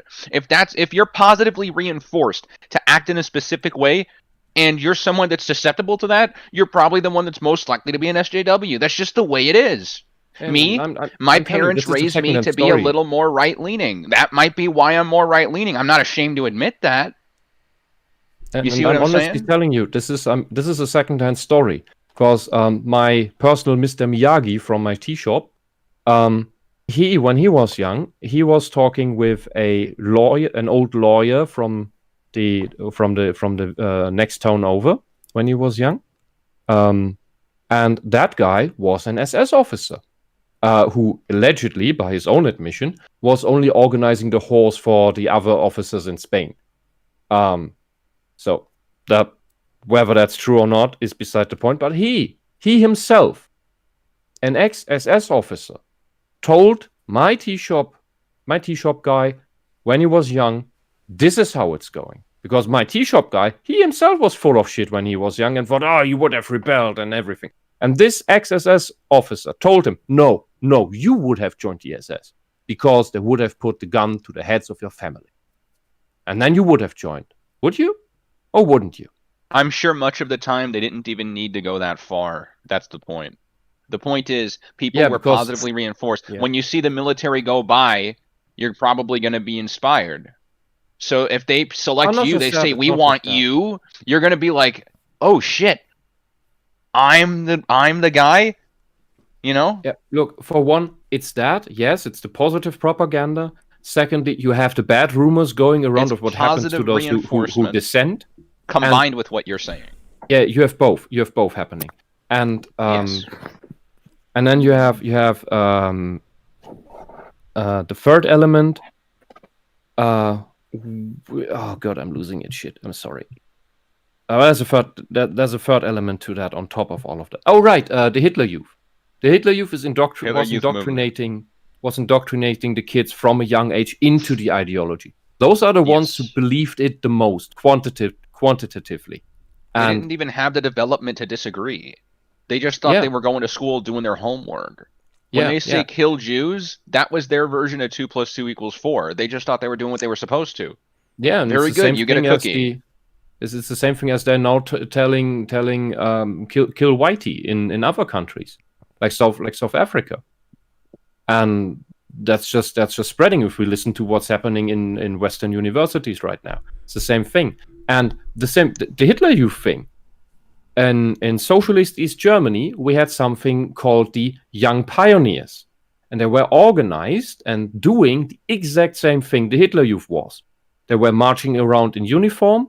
They were having political speeches that they listened to and wrote themselves and whatnot, and doing sports for positive reinforcement. All of that shit. It's the exact same thing as the Hitler Youth. The Red Socialists did the exact same thing. There's no difference. And now we see similar things happening again. Let's keep going. Vladimir Dragunov, if all elves are good, explain to me why I murk my Thalmor I see on sight. I think most of the elves in Skyrim are pretty much pompous and have a little bit of a problem with superiority. So that's a common trope, making the elves pompous. Yeah, that's fine. That's a common trope. Yeah, we talked about that already. Todd Howard. Final Record of Ragnarok question. Okay. What's your favorite scene or moment? Mine is Buddha's lesson. That's actually, the whole Buddha part is really cool. On happiness to Zerofuku. Or Heracles asking Jack one final time what his color looks like. I really like any scene with any of the Valkyrie, because despite... I like the part where Jeff Goldblum shows up. Really? Yes. Okay. Because all the humans and all the gods are really like quirky and weird and over the top. I really like the Valkyrie because even though they're servants of the gods, they die if the humans die, and for them to accept a person as a representative of humans, they have to put their faith in them as well. So it's kind of this heartwarming, sad reality that they would go through this. So it brings them down to the humans and says, yes, we're going to help you try to survive. That's our role as trying to serve the Einherjar through the afterlife, and this is where they have to do it. So it's sad and dramatic and really... It's really touching because some of the Valkyrie are kind of quirky too. And when they find someone they could bond with, it's very touching. So, but to me, that's the most human elements. Everything else, like all the humans, like the Yokozuna and all the other guys, like they're cheering on the wrestlers. They're all like, they're crying their eyes out because they know this guy, or all the samurai are all there watching and they're like trying to figure out what he's doing. Like that's really cool stuff too. But to me, it's all about the human element of the Valkyrie. Vladimir Dragunov, then explain. Is that regards to your previous super chat? Yes, then explain. Yes. Okay. Gotcha. Bogue. Hey, Bogue. Goblins were made that way because the god of reality was sick of his sister, the goddess of fantasy, making Mary Sue's. He made them as a counter. Oh, interesting. Oh. Okay. Funny. So, goblins are the counter to Mary Sue's. Okay, why not? Interesting. Sure. All right, we're only 2 minutes and 35 Wait, seconds. so the goblins were the good guys all along? Oh dear. We're not going down this road again. No, We're gonna do it. We're gonna hit the play button. It's gonna happen. We're going. We're going. Goblins are forming character. Going now. We're Going hitting now. it. Someone's pressing But it. in the real world, bioessentialism can present problems in fiction as well, specifically a moral one. The idea that a sapient species... Dude, there was a slime with a human skeleton in it. I think those are slimes from Darkest Dungeon. Oh yeah. And Darkest Dungeon, everything is rather evil because it's incredibly Lovecraftian and evil in the sense that they don't give a shit about you and they want to kill you. Just wait until later. Slimes often have remnants of the stuff they ate. The Warcraft slimes have that in them. The general D&D slimes have remnants of adventurers they had. That's where you get quite good loot from, because all the shitty stuff is dissolved and the magic items remain. The reason why I immediately thought of Darkest Dungeon is because the slime they showed looked very similar to those. Yeah, but that is you're eating people. How am I supposed to have a conversation with you and maybe diplomacy? You're eating my people. Just wait until later. That means I will wall the fuck up so that your people don't come near my people because your people eat my people. Wait until later when they want to. They throw in demons and devils in there. We have that you want to be. Boy. Basically, their idea. Narrative gameplay. How about I give nuance to every single little person and every single little race?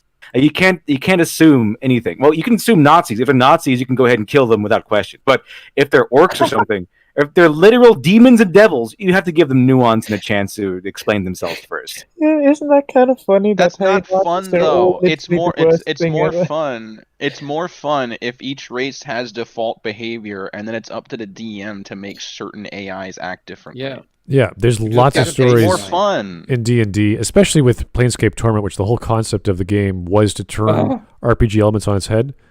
So the succubus is like a celibate person. You have inanimate objects giving birth. Virgin. Yeah, no, there's all kinds of wonderful things turned on its head. Inanimate objects giving birth. Yeah, like the city. The city has it's birthing new sections of itself. So it's kind of funny. It's like a living... Sigil is weird. Planescape the whole setting I think the whole Planescape setting is the best thing D&D ever ever, I don't know, conjured into birth, existence, whatever. It's pretty wild. It's just perfect. It's most fantasy thing in words. You can do lots of fun stuff with the Planescape setting. So yeah, it's pretty cool. Here is Joe Crazy. If eating people is just part of their culture, Wisp, don't be a bigot. Oh, okay. Yeah. Good to know. No. Can I appropriate that culture? They are literally appropriating it. Yes, that is true. Oh yeah, but if I fry the slimes on a barbecue and sell them as ambrosia, you would complain. Fuck you. Yeah, because that would be cultural appropriation. I'm appropriating Why? The slimes are not barbecuing us. They're just gobbling us up in the slimy acidic saliva. All right, let's get going. Species can inherently tend towards good or evil acts, or lawful or chaotic. There's a shot. And that moral essentialism actually undercuts the greatest strength games can bring to storytelling. He's just arguing for blank state therapy. To make meaningful, interesting choices and judgments for their characters, including moral ones. So if a game's creative choices apply a moral valuation to every member of an entire species before the players even meet them, well, now that's just taking that power away from the players. And in turn, what? No. The player can make that decision to interact with them in a nice way and then be killed by them. Because that's I've mentioned this before. That's the premise right there I was talking about, where they kind of premise it on there's no flexibility here. You're bound to these rules no matter what. They cannot. Not one single member of this faction of these races can be good for their premise. Like in the extra critics premise that they're putting forward, they're going on the assumption that in no circumstance can you ever, even the DM or whatever it is, whatever circumstance the player decides, there can never be an instance where these evil races, quote unquote, can be negotiated with, or there can never be a quote-unquote good member of the race or anything, even though even outside of the game, there are examples like Dritz or whatever that kind of contradict their entire premise and shatter it to pieces. Because you can, even in the canonical lore of Dungeons and Dragons, there are instances where these so-called always evil races have instances where they will negotiate with players, or they have good versions of their characters, or whatever. That's up to the DM, right? Yeah, ultimately it is up to the DM. You can have a group of orcs befriend the players because they trade or whatever it is. They give them something. They exchange something that's built into modules and stories within the game. You can do that. There might be an instance where there are even customized modules that are available for certain levels of gameplay depending on how flexible your DM is. Yeah, it all depends. I mean, even in the world of D&D and all of these games, you can have a situation where your players can negotiate with or even befriend whole groups or whole tribes of these so-called always evil races. And they don't have to change. They don't have to be a good version. They can just have the usual negotiation of you have you need. You can You're roboting really hard. Yeah. There we go. I think it's like a morning nonsense. Yeah, well, the thing with slimes, we've seen them all throughout Japanese culture and stories, even back in the 80s with Dragon Quest.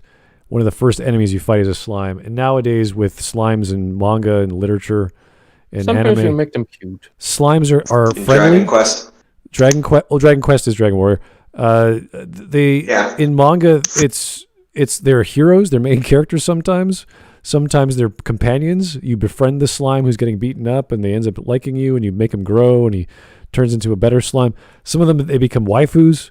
There's all sorts of stories of slimes not being the evil guy. So I don't know if he's aware of that, but it's all up to the writer. No, he can't be. He can't be aware of that. He has, even if he knows, he has to ignore it to make the propagandist point. Right, but with the basic, he's arguing for blank slate theory. Well, that's everybody's neutral. It's fine for a writer to do whatever the hell he wants, and that's not the argument here, I don't think. So when you see these stories like Dragon Quest 1, where your first enemy is a slime, and then you get like metal slimes and king slimes and all these other crazy versions of slime, it's like, yeah, they're just a bunch of creatures that want to kill you. They don't have a backstory. They don't have a culture. They are literal gobs of goo with intelligence. Yeah. Yeah, they just attack anyone. That's the thing. They are amoebas made physical into the visual sense. Made big. They're just big. Yeah, big monocells. Yeah, exactly. That's all they are. But what I see here, if I extrapolate what this video is doing, I see a reflection of what you see manifested in the Gulag. I don't want to say culture, but I like the word right now. This Gulag structure that you had in Soviet Russia, where which was also present in East Germany, where you are the worst the worst criminal for having the wrong opinion, because that is a choice. But anything else, any other truly evil act, is always reduced and excused as just circumstances having driven you there. Because actually, all people are good people, all people are neutral people, and you wouldn't have done the evil thing if the circumstances wouldn't have driven you there, or if society wouldn't have driven you there. But if you have the wrong opinion, well, that's your personal choice, and that makes you the biggest villain.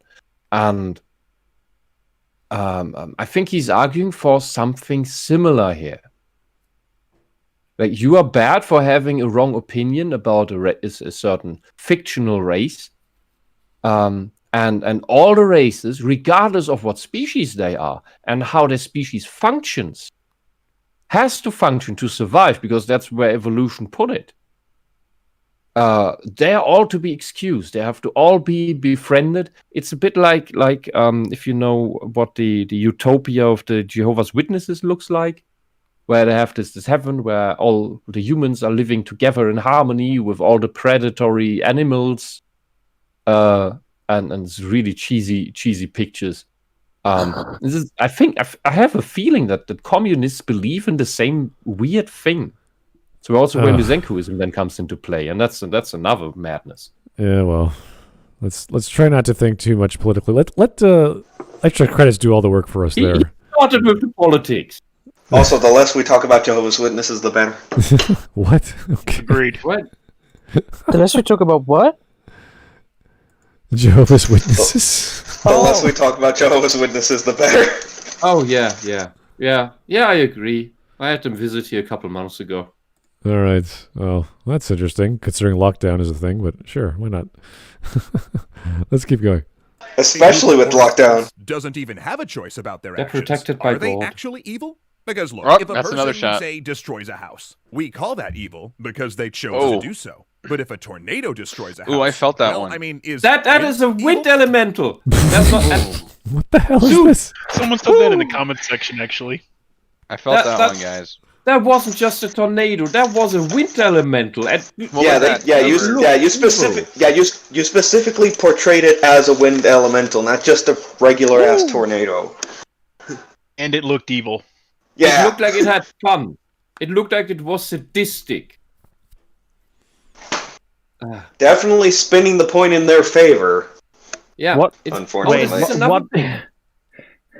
Go on. What race would the wind elemental represent? Knowing extra credits, they call that black too. Yeah, it's probably like Tasmanian devils. Yeah. Oh yeah. What do I want to say? I forgot again. I need to drink more rum. Yeah, you got a few shots there in one sentence. Am I at 5 shots or 6? Which one was that? I forgot. I have no clue. I think 6, just to make it easier on you. You already did it. Yeah. Here is Bogue, implying Rimururu is good, bad, Smud, bad. He is technically a demon lord, but, he's the good kind, so... Yeah. A lot of these stories are, you get reincarnated as some powerful dude, and you're supposed to be this pure evil dude, but you end up being nice. It's like, oh, okay, whatever. Yeah. And the next thing, he is equating the horrible force of nature that at the same time he depicts as a conscious being. The tornado, he depicts it as a conscious being, so that was a deliberate thing to do, not just some random force of nature. You equate that to the fart of a baby. A baby that is innocent, that doesn't make choices. A baby does not have agency. A baby is just metabolizing, it's eating, and then it's pissing and shitting and barfing. Flawless logic! That's what a baby does, until at some point its brain and body is developed far enough until it can be somewhat autonomous. Well, then it thing has no continues eating, control. shitting, and barfing. Yeah. That's just life. All right. Here's Mike. Here's Mike Testa. It's insane. Jehovah's Witness. Did somebody say Chris Stuckman? What? No, I didn't. Oh, God. I can't. Why is this insane? And Why are these people insane? They are.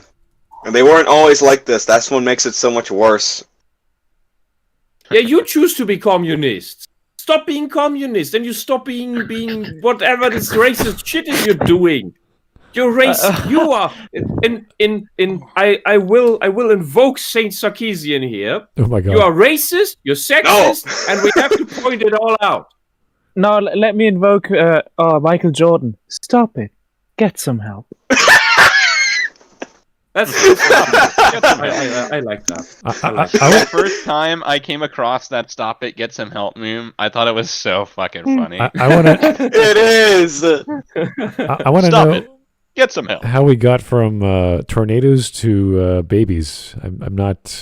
Yeah, He did that. It was just last frame. Just go back one frame. I know, but he's equating the tornado to the baby. Never mind. That's just... You know what I think LiteratureDevil did? I think that he watched this video in advance and counted how many times the word evil is used. Are you sure? What an evil thing And of that- him to do. Yeah. And then left promptly because he's not hearing the call anymore. I think Yeah, his I know internet his mic. Well, he's rebooting everything because his he was roboting, but he might have just given up. I don't know. Oh, all right. Well, let's give it the benefit of the doubt and wait and see if he comes back. But yeah, it's like. Yeah, go ahead. Here's Tyler Preston. He's talking about the comments from the video itself. I actually read a few of these. There is no good in 40K. There's literally no one that you can truly say is good in 40K. Worst example possible. You're so lucky. YouTube is going to remove dislikes in a couple of weeks. Yeah. Okay. My favorite comment on this video is the only NPCs that are bad that are evil are the ones that attack me, or something like that. Is like, I forget what the actual quote was, but it's like, yeah, the only bad NPCs are the ones that attack me. What? So literally every enemy in Shadow the Hedgehog. Okay. Yeah, well, look, that's usually how humans Well, really he is operate. a black character. Hey. True, but hey. And he likes guns. Yeah, come on. Shadow the Fabio. Hedgehog is the Almost- coolest Sonic character. No, but in that case, it's just from how broken the morality system is that just literally every enemy in the levels is just designed to attack you at the first chance they get, which is stupid. It's not. Well, actually, no. It's actually explained in the first level, the cops don't shoot you. It's only every level thereafter, and the reason why is because No, in the they do. cutscene, the president declares war on you. No, they don't. No. They don't. The gun Dude, doesn't shoot no. you in the first. They don't shoot you. no. They don't attack you in Westropolis? I just played the game a little while ago. They do not shoot you in the first level. Really? I love that sentence in connection to a Sonic game, and then the president declares war on you. Yeah, the president I declares just- war on Shadow the Hedgehog. I mean, you're right. Hey, I don't care. Shadow the Hedgehog is one of the coolest games I've ever played. I don't give a shit what anybody says. That is one of the coolest GameCube games there will ever be. Better than Sonic 06 and Sonic Boom. Well, I mean, Sonic Edgy the Hedge is Sonic. pretty I cool. have nothing to say about Sonic Boom. Sonic 06 had the potential to be a third Sonic adventure game. The problem was that the gameplay it literally was is. atrocious. Yeah, it literally is. They just botched no, it it's to hell. not. Well, no, the problem is okay. The writing style is reminiscent of a Sonic adventure game. So the story fits in. The music is fantastic. And the level design is actually fairly engaging.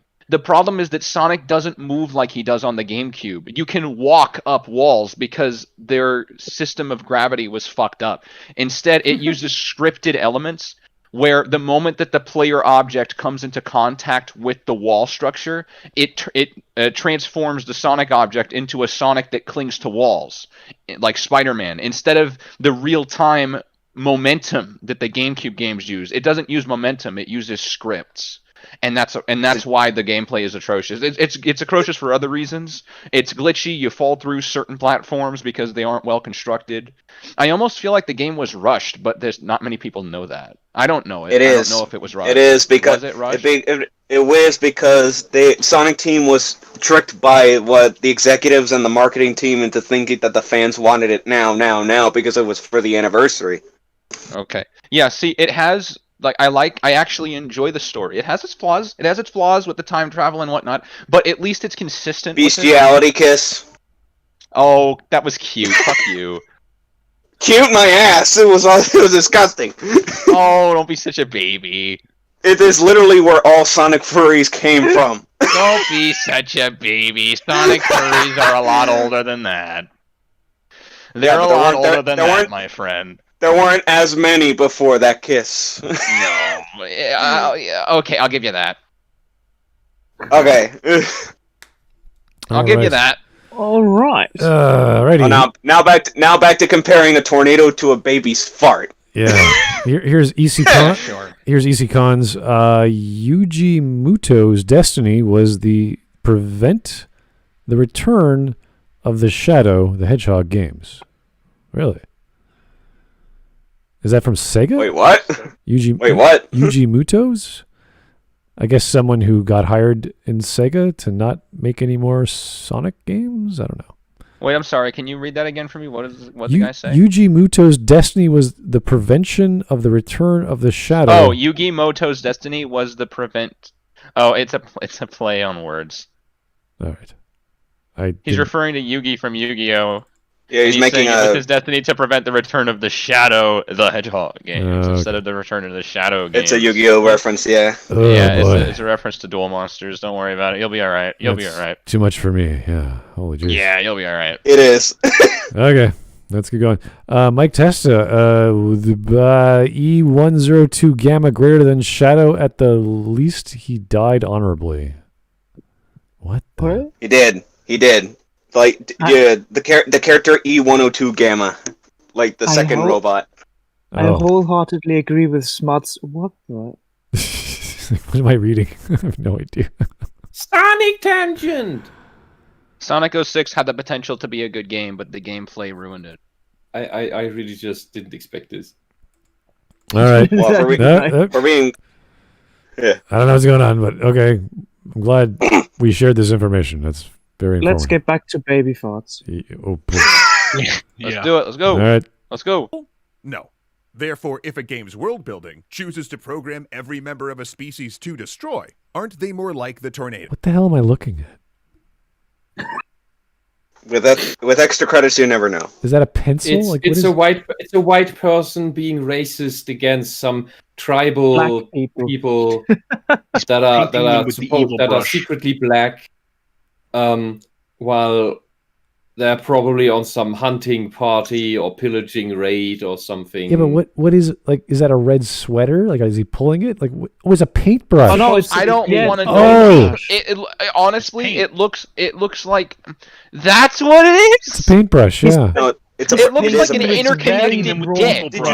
Did you guys seriously not see it as a paintbrush? I was literally the only one. At first, I was like, it looks like a dick that's going through all three of them. It looks like disgusting meat, but why do those orcs look so fucking ugly? Okay, so the idea is that they're painting it with a broad brush, all the orcs. Yes. And this guy's like, you shouldn't do that. It's like, well, why not? He still doesn't give us a good reason that I could hear. No, no, he's just naming the characters. One is E, one is V, and the other is L. Oh, yeah. Or E the sixth L. Yeah, you know what happens. You know what happens when someone you don't. Okay, we're back in tribal times, 2,000 years ago, and someone from another, just the next village or tribe that you personally don't know is coming towards your village. Are you just gonna be, yay, awesome, or a whole group in arms is coming? Are you gonna be, oh yeah, cool, hey, come in, or are you gonna be, hey, there's some people coming, we don't know, I don't know what they're up to? Oh, that's why it doesn't look like a paintbrush, because it's the Rayman hand holding the paintbrush. Yes. Yeah. Okay, I understand. I thought it was a deformed cock. I know what you mean with looking like a You see what I'm saying? Yeah. Oh my god. I thought Why it was did you like have to say that? I thought it was like strawberry covered No, he means the green. I don't know. Like I'm thinking like a fondue of something. Like you know. No, it was just painting in broad strokes. There is red fondue though. I love how creative the misunderstanding was for all of us. Yeah, except me.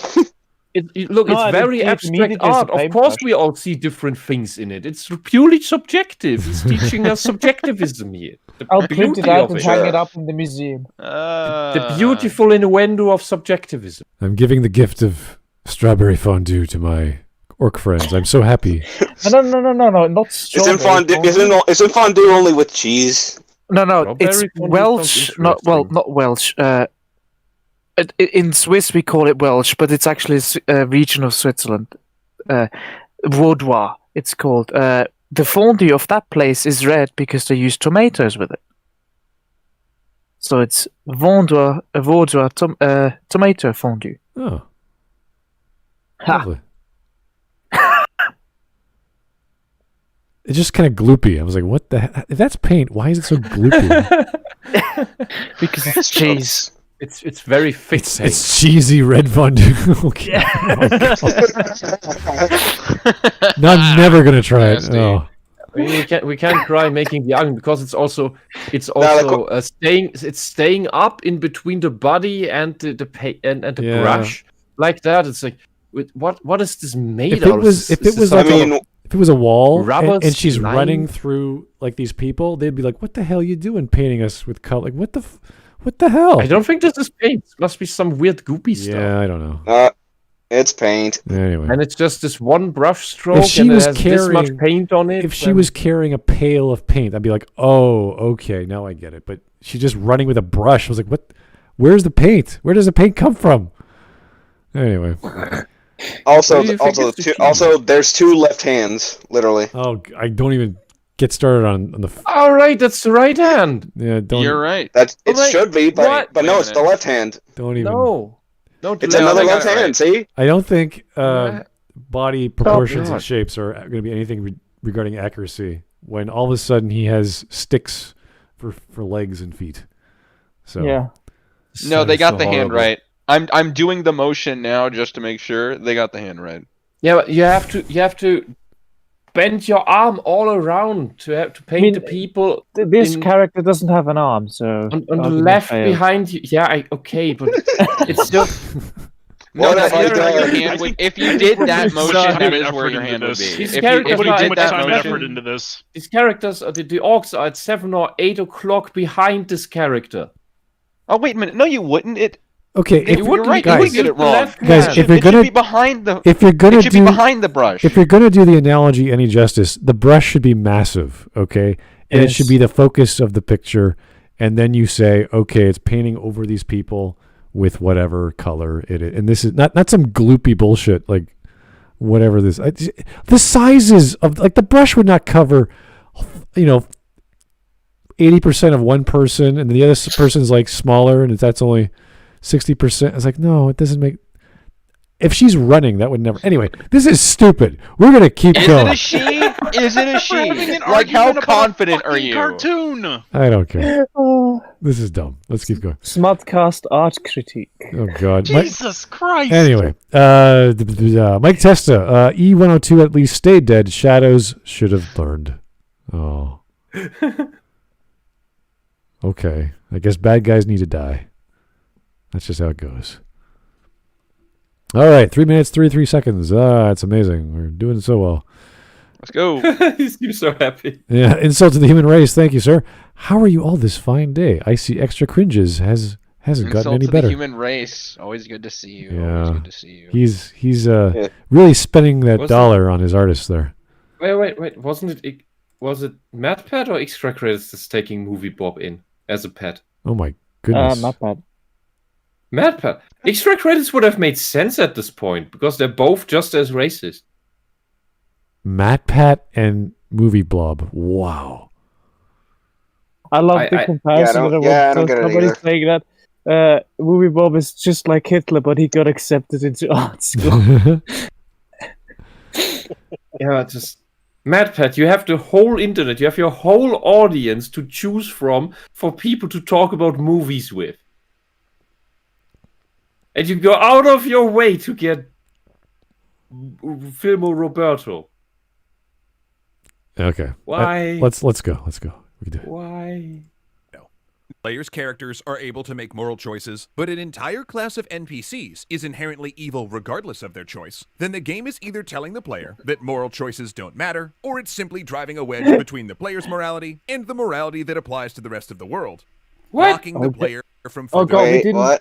Oh god, we didn't consider the choice of the NPC. No. Did you consider that NPC, race, species, whatever, is just an animal? Yeah, we've heard this argument or some before. evil spirit or something. We've heard this before when they brought it up the first time in D&D, where they said, "Oh, there should be more nuance to this or that race because they're people too, and they should have XYZ characteristics." It's like, or they don't have to, and they're fine the way they are. Yeah, for some reason they think that that the game is limited, and that any NPC any animal in the game that you give the complexity of cognitivity must therefore also be given the complexity of moral nuance. Otherwise, it's problematic. Yeah, but the slimes don't have that. You know, there's plenty of stories with orcs that have detailed living conditions and culture, but yeah, like D&D. They're still warlike. They're still violent. Yeah, like D&D. It's. I'm sorry. It's awkward. It's just so simple. Yeah. Coming a part of it. For instance, in Warhammer 40k, oh, no. consistency is central to the Imperium of Man's villainous creed. Individuals' human choices make them good or evil, whereas... Yeah, God fucking damn it!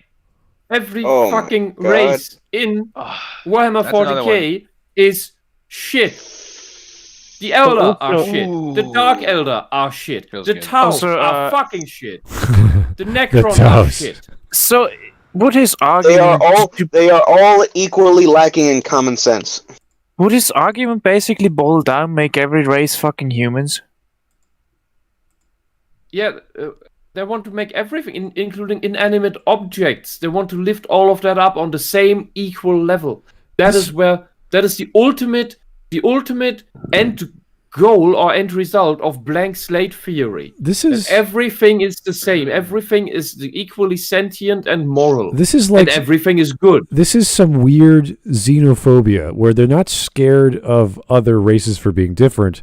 They're scared that the art style or the writing of a content is not the way it should be, or else it's going to hurt someone or something nonsensical like that. I think it's pathological Oedipal xenophilia. It's it ends in oh, Ebola is a life form too, and it has the right to exist. Oh my god. We can't eradicate it. It's just its way of life. I'm it's serious. Its culture. You're laughing, but they'll get to that point. They already talk about that okay. in the way of invasive species. So can we agree that he's never played or read anything about 40k? Anything? Yes. Oh okay. yeah. Okay. Oh yeah. All right. Let's just keep going because this is ridiculous. Aliens are created evil. And of course, games work. You know what? LiteratureDevil is evil. How about that? Where lethal violence is the only option. But then folks also saw that in the 40k novels and RPGs. I just finished the bottle. Yeah, I don't think you should have done that. Oh my god. No, that was the last of the bottle. How many ounces were left? I don't know. It was a pretty small bottle, but yeah. Okay. Were you taking 1 ounce shots or? I don't fucking know how much I didn't have any shot glasses, so I just kind of went with it. With He what? took a beer glass. I just fucking went for it every time it said evil or. Oh, a swig. You took a swig.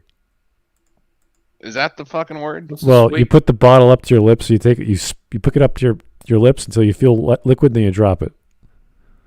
Oh, is that what you're supposed to do? No. A shot is a shot. He was just drinking it. That's what I do with my throat cutter. I might he's explaining a swig. I might have taken more than swigs. Okay, that's not good. Anyway, that's between you and your liver, so that's fine. Swigs are healthy when you have chili schnapps. I'll be all right. Chili schnapps? Are you kidding me? Yeah, I have this some. is the devil's fault. He watched the video in advance and knew that the word evil was used a lot. Nah, I don't think so. I was expecting the word race to be used all the time, to be honest. That's a conspiracy. He only said it like I didn't even hear the guy say it, but I heard evil a fuck ton of a lot, enough to finish this. We get the next bottle then. I don't think I have another bottle. I mean, so this we're guy through the video anyway. Is this guy in the middle trying to defend the Necrons? Is that what's going on here? Yes. Yes. Okay, this is retarded. This is so dumb. Yeah. Yes, it is.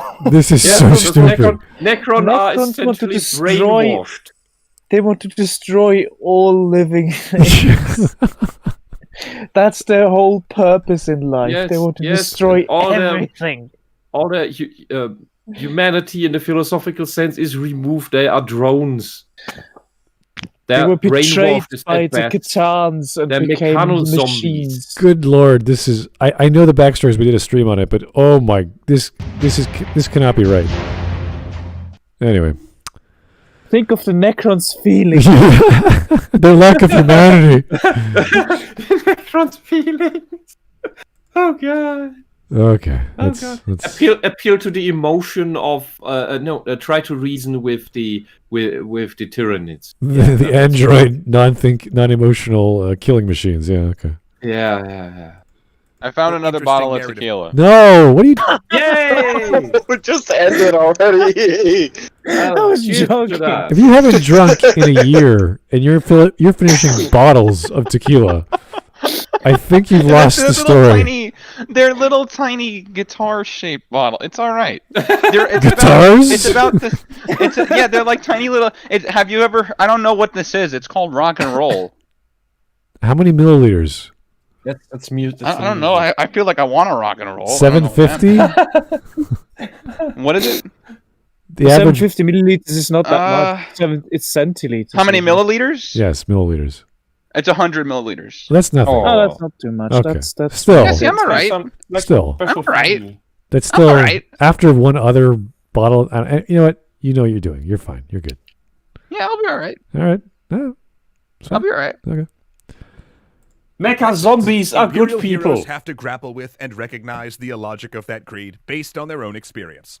Okay, but now you might be asking, what are you talking about? Game where you're engaging in violence because it's exciting and fun, not because of its moral dimensions, where the meaningful choice is about tactics rather than ethics. Maybe the goal is to take moral calculus out of the problem.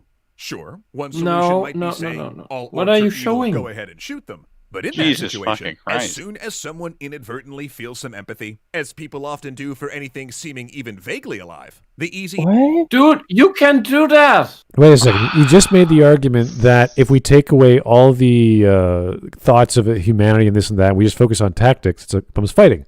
You're like, you're right. We don't care about morals and ethics. We're in fight mode. We're flight or fight. That's the whole point. And then he's saying, but when someone feels something about anything alive, you have to consider it. It's like, wait, no, you just said we have to take it away and focus on the battle. What are you arguing? This is like saying, I'm going to take away the ice cream, so we're not talking about the ice cream, but when you start thinking about the ice cream, we should start thinking about the ice cream. It's like, no, we just said we're taking it away from the stage. Why are we addressing it? Why can't this person not drop pecs? I don't know. I don't know. Maybe he only knows obese people. I love this picture. The thing is, he has the devil on the far left-hand side and evil above it. It's like, yeah, of course, that thing looks evil. And the thing is, this Looks I kinda think this is the retarded, perfect this argument he just made is the perfect proof that he doesn't understand role-playing games. I don't think he never understands. ever played one. No, I think he doesn't understand Because- logic. Well, Yeah, I don't. what- I think he doesn't understand anything. Now, what do you do in a what you can do in a role-playing game? And we had a game master who was pissed that the group we had were just dungeon crawlers, Yeah. and we had 2 good role players in and 4 boring dungeon crawlers. And so what the dungeon master decided, and he was really good, was a really good DM. Okay, they're clearing every dungeon, they're doing the things they're told to do, and in the end, it turned out that every decision that this group made, well, we were just tagging along in that round. We were in on the joke. That in the end, it led to the whole country getting to shit. Like everything got worse, and essentially they were played to do the bidding of the great evil dark lord we had in that campaign, by making it easier, by essentially removing the forces that could have stood in the way of the true evil, and they were always led to do that because they just never questioned it, because they just ran with, oh yeah, this is the trope of the good thing, and I'm a paladin, so I do the good things, and these are the bad guys, so I'm gonna slay them. They're undead, but it turned out the undead were there for other reasons, and in the end, they were just all completely bonkers and awestruck that what we should have questioned what we were doing. We should have talked with the NPCs more, and then we could have figured out that the true evil is another. And it was really interesting. The group died in the end. Yay! Yeah, because that was the losing path. The campaign could have won, but we knew that this because we made it dependent on the decisions of the 4 dungeon crawlers. That if they had decided the other way, as we initially tried to poke them towards, we could have survived and positively ended the campaign. But no. And that is how this eye-opening event in the end. That is where the other 4 learned something. And that's what role-playing is about. In part, it's in part see the world from the perspective of a character that's different from you. That's part 1. That's role-playing. That's not just dungeon crawling. Dungeon crawling is just throwing stats on a sheet. Role-playing is essentially training empathy. The other part is you learn something from that whole experience, and you broaden your personal horizon, your understanding of ethics, morals, the world, and how this all interacts together. And then you develop the very thing that this idiot in this video here is complaining the games don't have, allegedly. All right, let's go. Answer becomes less easy. And if the goal of your game is to stop players from engaging in moral debates and just fight some bad guys, you kinda gotta say something more reliable than, oh, it's fine, they were all born this way. Fortunately, the real world's made progress on this problem because Except when I really don't think most enemies that we talk about in stories are just born that way. Unless we're talking about like animals, like creatures like arachnids and Starship Troopers or what have you. There's obviously more to it than just they're crazy animals. They do have a mind that controls them. Yeah. But you could talk about culture. It doesn't matter what the cause is. They're still trying to kill you. Let's give me the example that everybody hates. Abusers of any type, but there's a special type of abuser that you probably can think of which one I mean. And they are always the products of abuse in their own early childhood. You can have compassion and weep for the innocent child that once was. But the abuse and the lack of help turned that child into a monster in the present day. That grown human is not that innocent child anymore. We are now dealing with a threat that is going to create more of these monsters by abusing innocent children. That is what we're dealing with. They're not born bad. Psychopaths may be born bad, but that's another story. But the same is true for Nazis and communists. They're not born as that. It's an ideology that's spoon-fed into them, and then they commit horrible atrocities, like the guy who made this video. This video is a horrible atrocity that is spreading this mind virus of actual racism. Nobody believes orcs are black people except absolute idiots. My ancestors were people orcs. actually bear visual signifiers stupid. which say, I'm evil, not because of where I was born, but because of the choices I've made, such as Nazi uniforms and clan hoods. Then in fiction, we have things like the Hydra logo, a clear visual signifier, but one that denotes choice, not birth. And if the statement that a game is making with its backstory and symbols is that an enemy had a choice. All right, yeah, like the choice, as I brought up before, like the choice of, well, you either join us or we kill your family. Yeah? I mean, you had a choice. What a choice! What a wonderful choice! He's trying to make the argument. This is water. This one was just for show. I fucked up. Oh well. The first one was real. I enjoyed it. So he's making the argument that the race or species should not be evil from nature; it should be evil from culture. Which I'm like, who cares? Sure. What difference does that make? They're evil in the end. The end result is they want to kill me. They're still an enemy.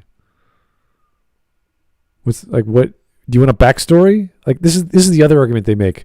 There's not enough nuance to the characters, not enough detail explaining their backstories. Like, what do you want? They're orcs. They're green giant monsters that want to kill you.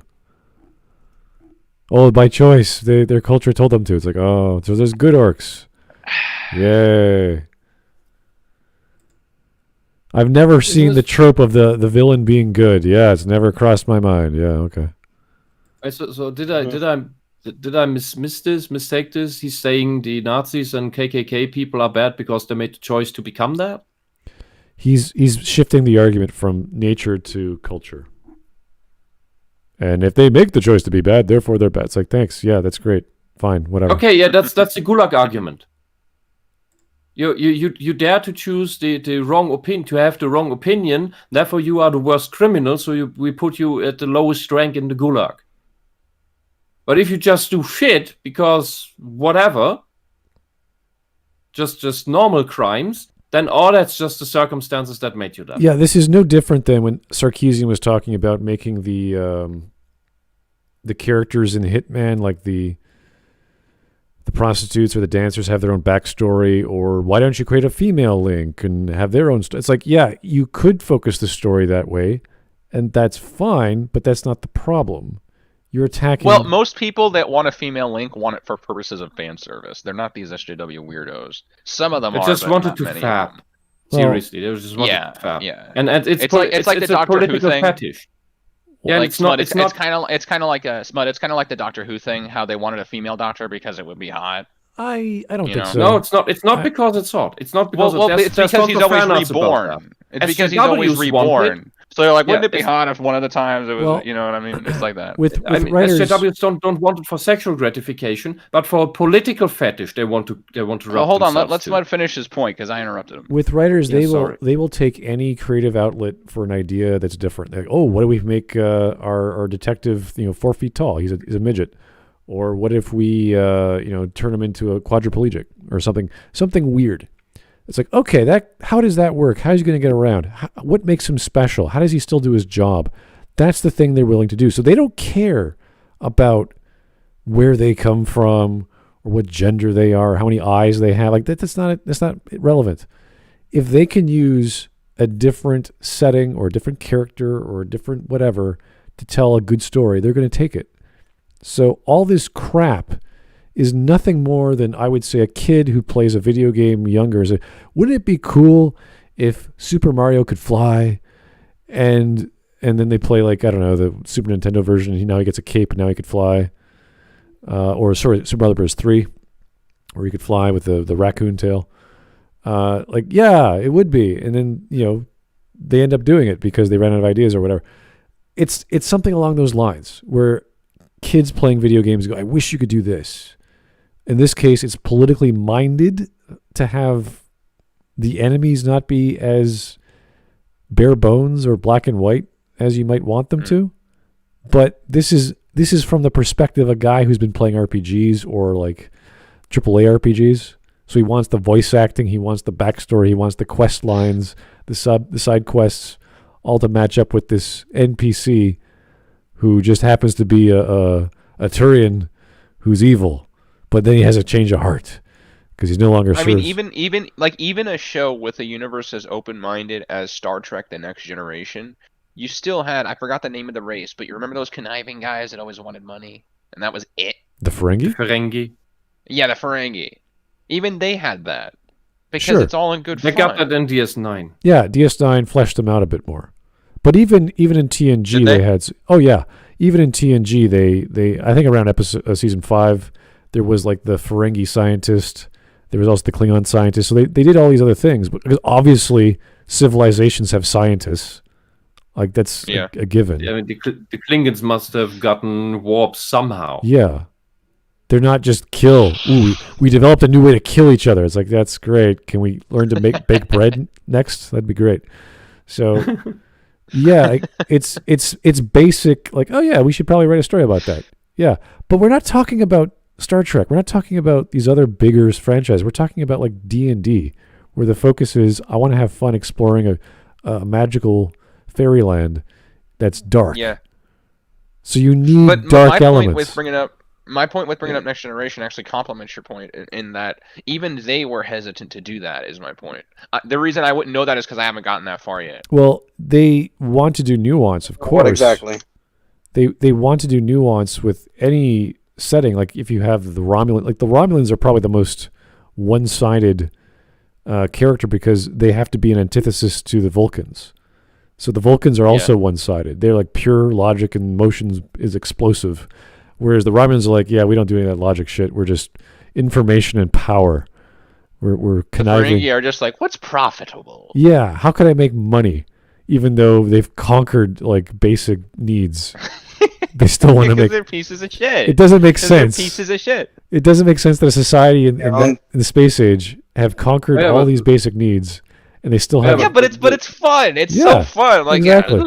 Who gives a shit? Let's have some fucking money. The Ferengi didn't develop warp themselves. They traded for it. Right. They didn't have civil wars either. They were just focused on making money, which is funny. Yeah, no, their entire fucking home planet is under rain always. Yeah. Yeah, but the Ferengi culture is it's almost comical. It's almost comical form of capitalism in DS9. It's wonderful. And if you didn't notice, Brunt, the what is he? The IRS guy, essentially. Yeah, kind of. Yeah, Brunt. He's played by Jeffrey Combs, who also plays what was his name? Wayun, yeah, the elf guy. He plays both characters. Absolutely amazing. Jeffrey's great. Yeah, beautiful. Yeah, what are the Cardassians? What are they? Evil? The Cardassians? No, they're militaristic. But they're very passionate. They're very disciplined and passionate. Like they're a great combination of what happens to as a civilization that is struggling to find its identity and then be beholden to another military power. And they try to depict them as fascist, but most of the elements they show fit to 1984 as a communist critique, socialist critique. They're a mix of both socialist strides and the Roman Empire, because that is kind of the conflict between them and the Bajorans, who I think are evil. The Bajorans are interesting. Did nothing wrong. Religious fundamentalists, they're fantastic. Yeah. And they attack the Enterprise in TNG. It's horrible. Yeah, they do lots of fun stuff. Bogue, so if all orcs struggle and loot, then yeah, they might be good. I don't know. You'll find out. Choice. And they chose wrong. Then that gets way less complicated for a game that's interested in uncomplicated violence. So whether a game does or doesn't want its players to overthink their character's moral choices, evil as a choice is just more effective than evil as a bioessential Sorry, buddy, trait. I'm all out. But then, of course, if everyone wearing the evil team uniform happens to be an orc, or if every orc happens to have chosen Team Evil, the game wouldn't exactly be communicating that difference very damn, well. this would have a quick destroyed fix here me. would be to show I some have trouble to diversity in follow. the evil team's hiring practices. For instance, with You evil wanna- humans and elves as well as orcs. Or conversely, introduce orcs who have chosen good and neutral, as well as evil. And a good example of a series getting better and better at this over time is Mass Effect. Because in the first game, Commander Shepard... Okay, this is where he got screwed up. Okay, this is why he wants all this shit. Only now? This is why, because he's played these AAA RPGs that have all this voice acting and all these characters and all this nuance, and he wants frickin' D&D to be like that. But it already is. He's just Mass Effect is the only thing he's ever played. Probably, yeah. Mass Effect in how it works. It's essentially the same BioWare spirit that you find in Baldur's Gate when it was still Black Isle. He's gonna bring down the sky, isn't he? It's the same fucking thing. This guy is retarded. He doesn't know anything, just like all of these other fucking propagandists. He's just focused on orcs so much.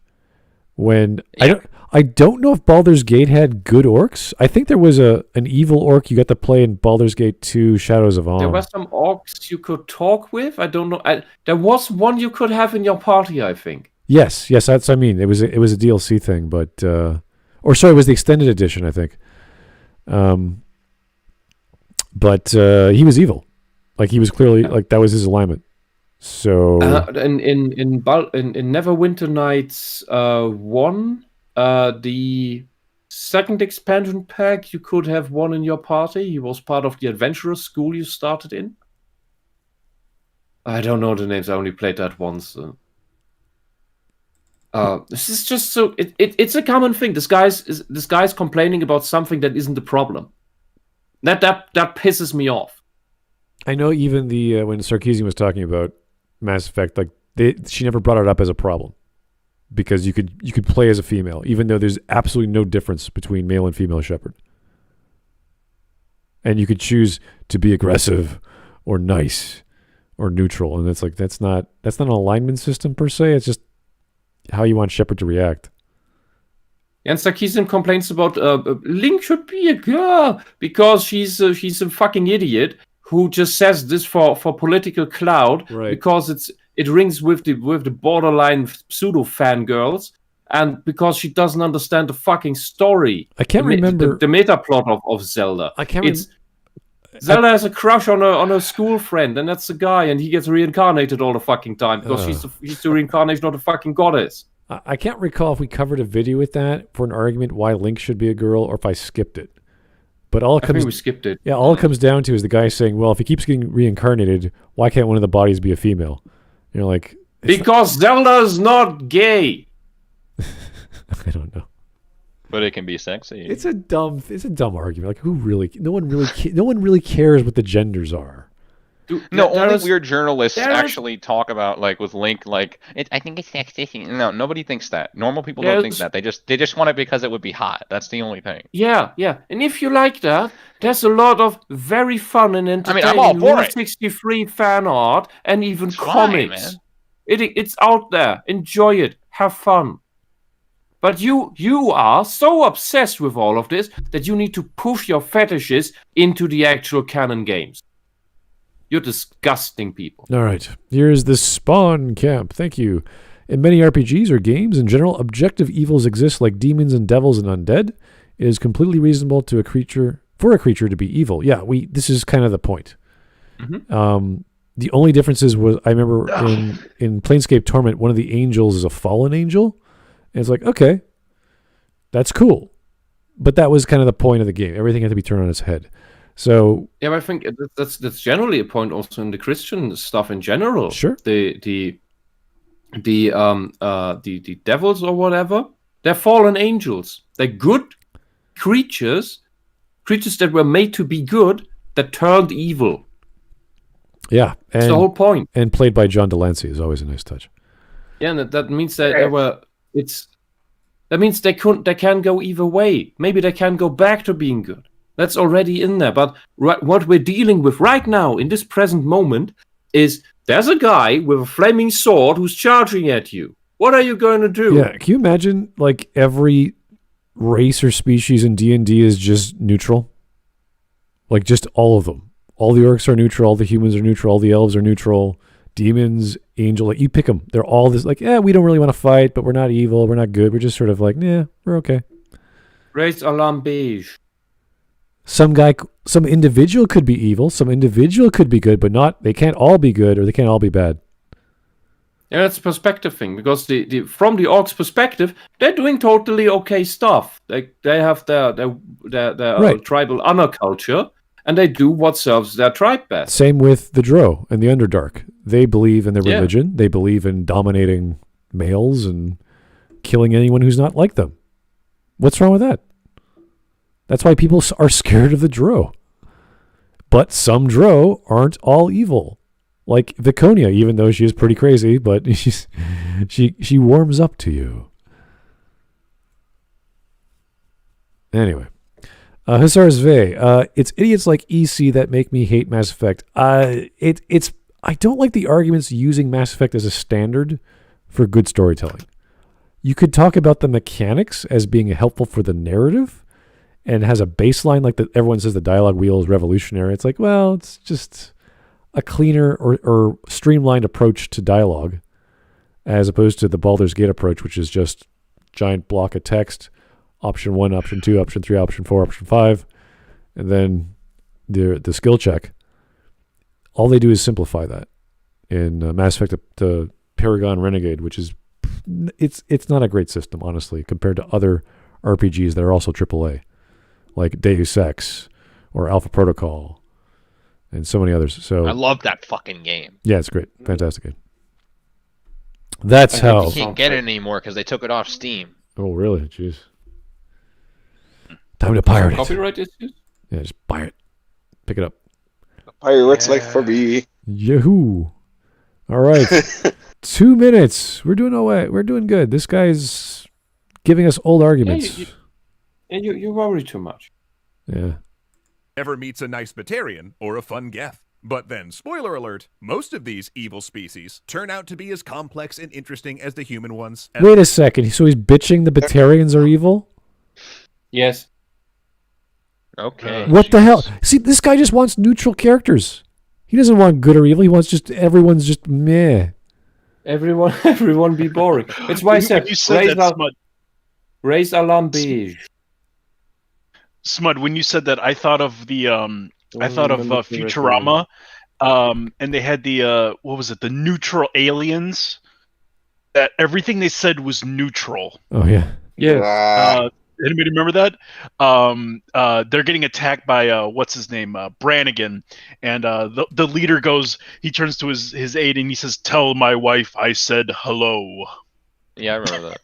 Tell my yes. wife. Raise alarm beige. Hello. Because red is too horrible or something.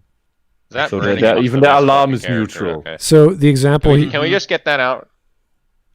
What's can that? we just? Zap Brannigan is the best character. If you like, it's up to you. Yeah. But the previous scene with Batarian I wanted to bring about Mass Effect is that Shepard blew up their goddamn planet. Like 300,000 Batarians died. Yeah. Okay. I think you might have a desire to kill Shepard and get revenge. Just maybe. So Shepard is evil. Well, the Batarians were already kind of assholes anyway. Yeah. Weren't they? They are. Shepard's a genocidal maniac. He's evil. Kill him. No? Not? It's the same with the Vorcha. The Vorcha are just these animalistic-like aliens. I'm sure they're not crazy psychopaths, but they're mostly seen as mercenaries and people with guns and kill people. That's pretty much what they do. We didn't get into Vorcha culture. Plus, given how they look. They got given how they look, you'd go, yeah, bad guy. They live for like 10 or 11 years, I think. They have these gigantic teeth and claws, and it's like, okay.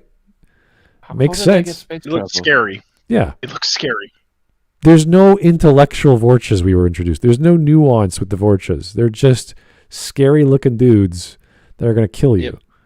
and they're usually part of the game. They spoke broken English. Oh god, yeah. Are they just used as mercenaries to scare people? Mostly, because I can't imagine them developing space travel. It's the same with some of the other like secondary alien species. They're just sort of there. They don't develop them too much.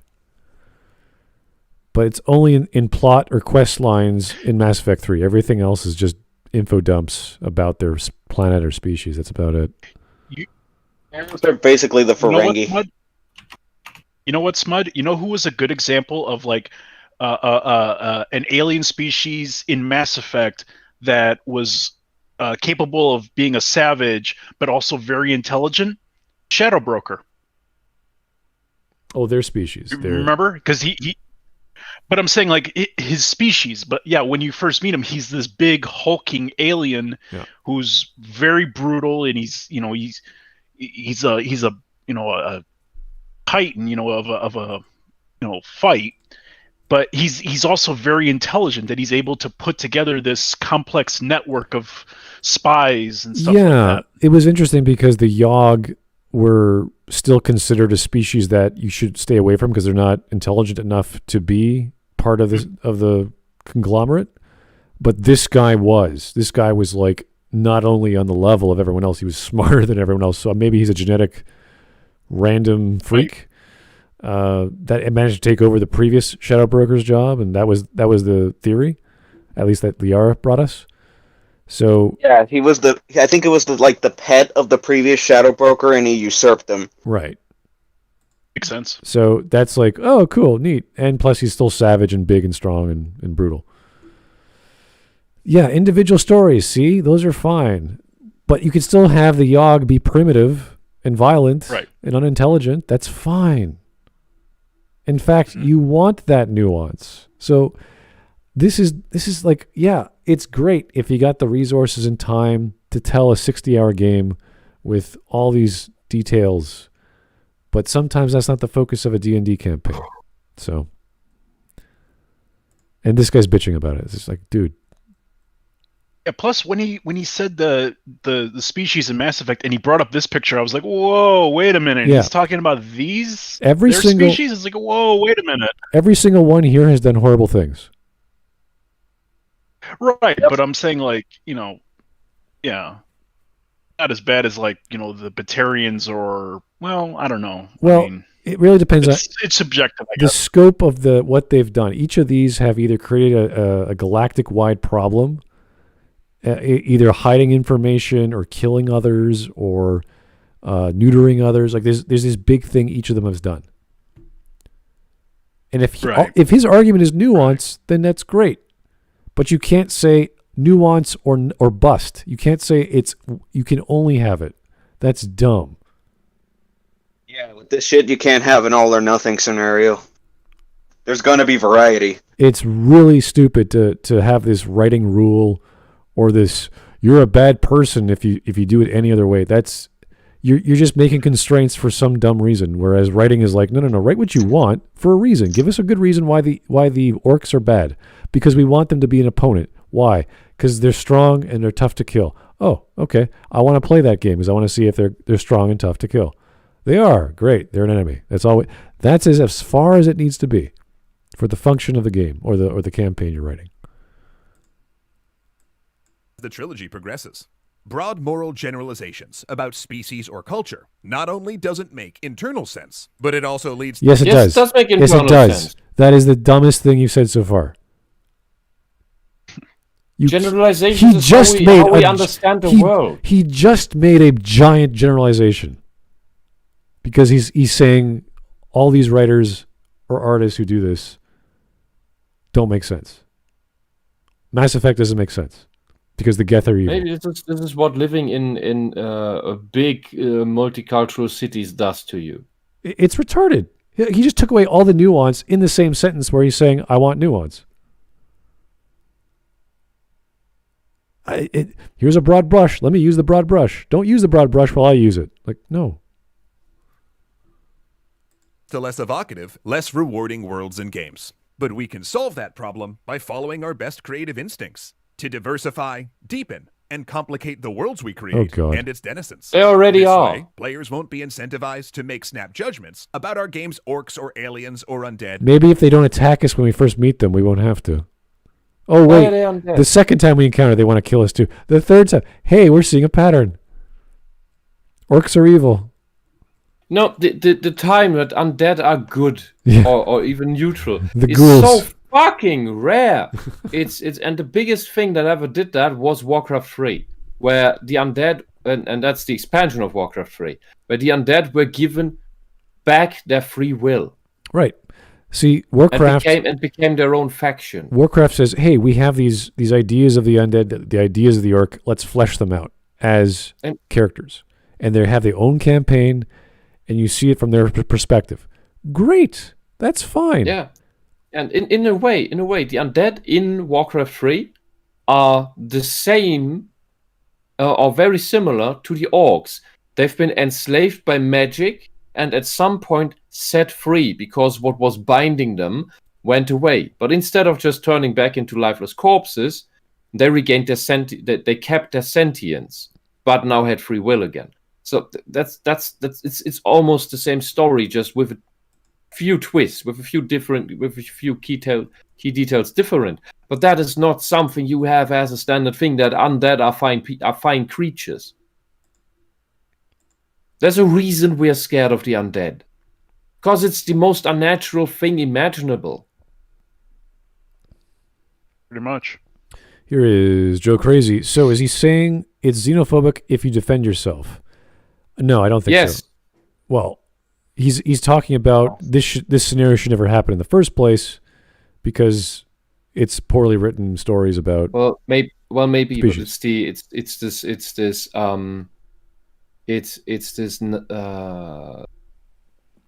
what was the word I was using? It's this immature naivety I was talking about. That we need to try out everyone being nice first without question, instead of being wary. Do not ever be wary. And yes, that is what it ultimately leads to. We have to, we are not allowed to defend ourselves. We see this in real world politics, where we are not allowed to defend ourselves against the cultures that come into our countries, because the logic is that some of our people went to other people's places and didn't respect their cultures. So now it's fine that it's done to us who never went to other places and did bad shit to other people. And this is played out in real life. There are articles about this that advocate exactly this, and that say that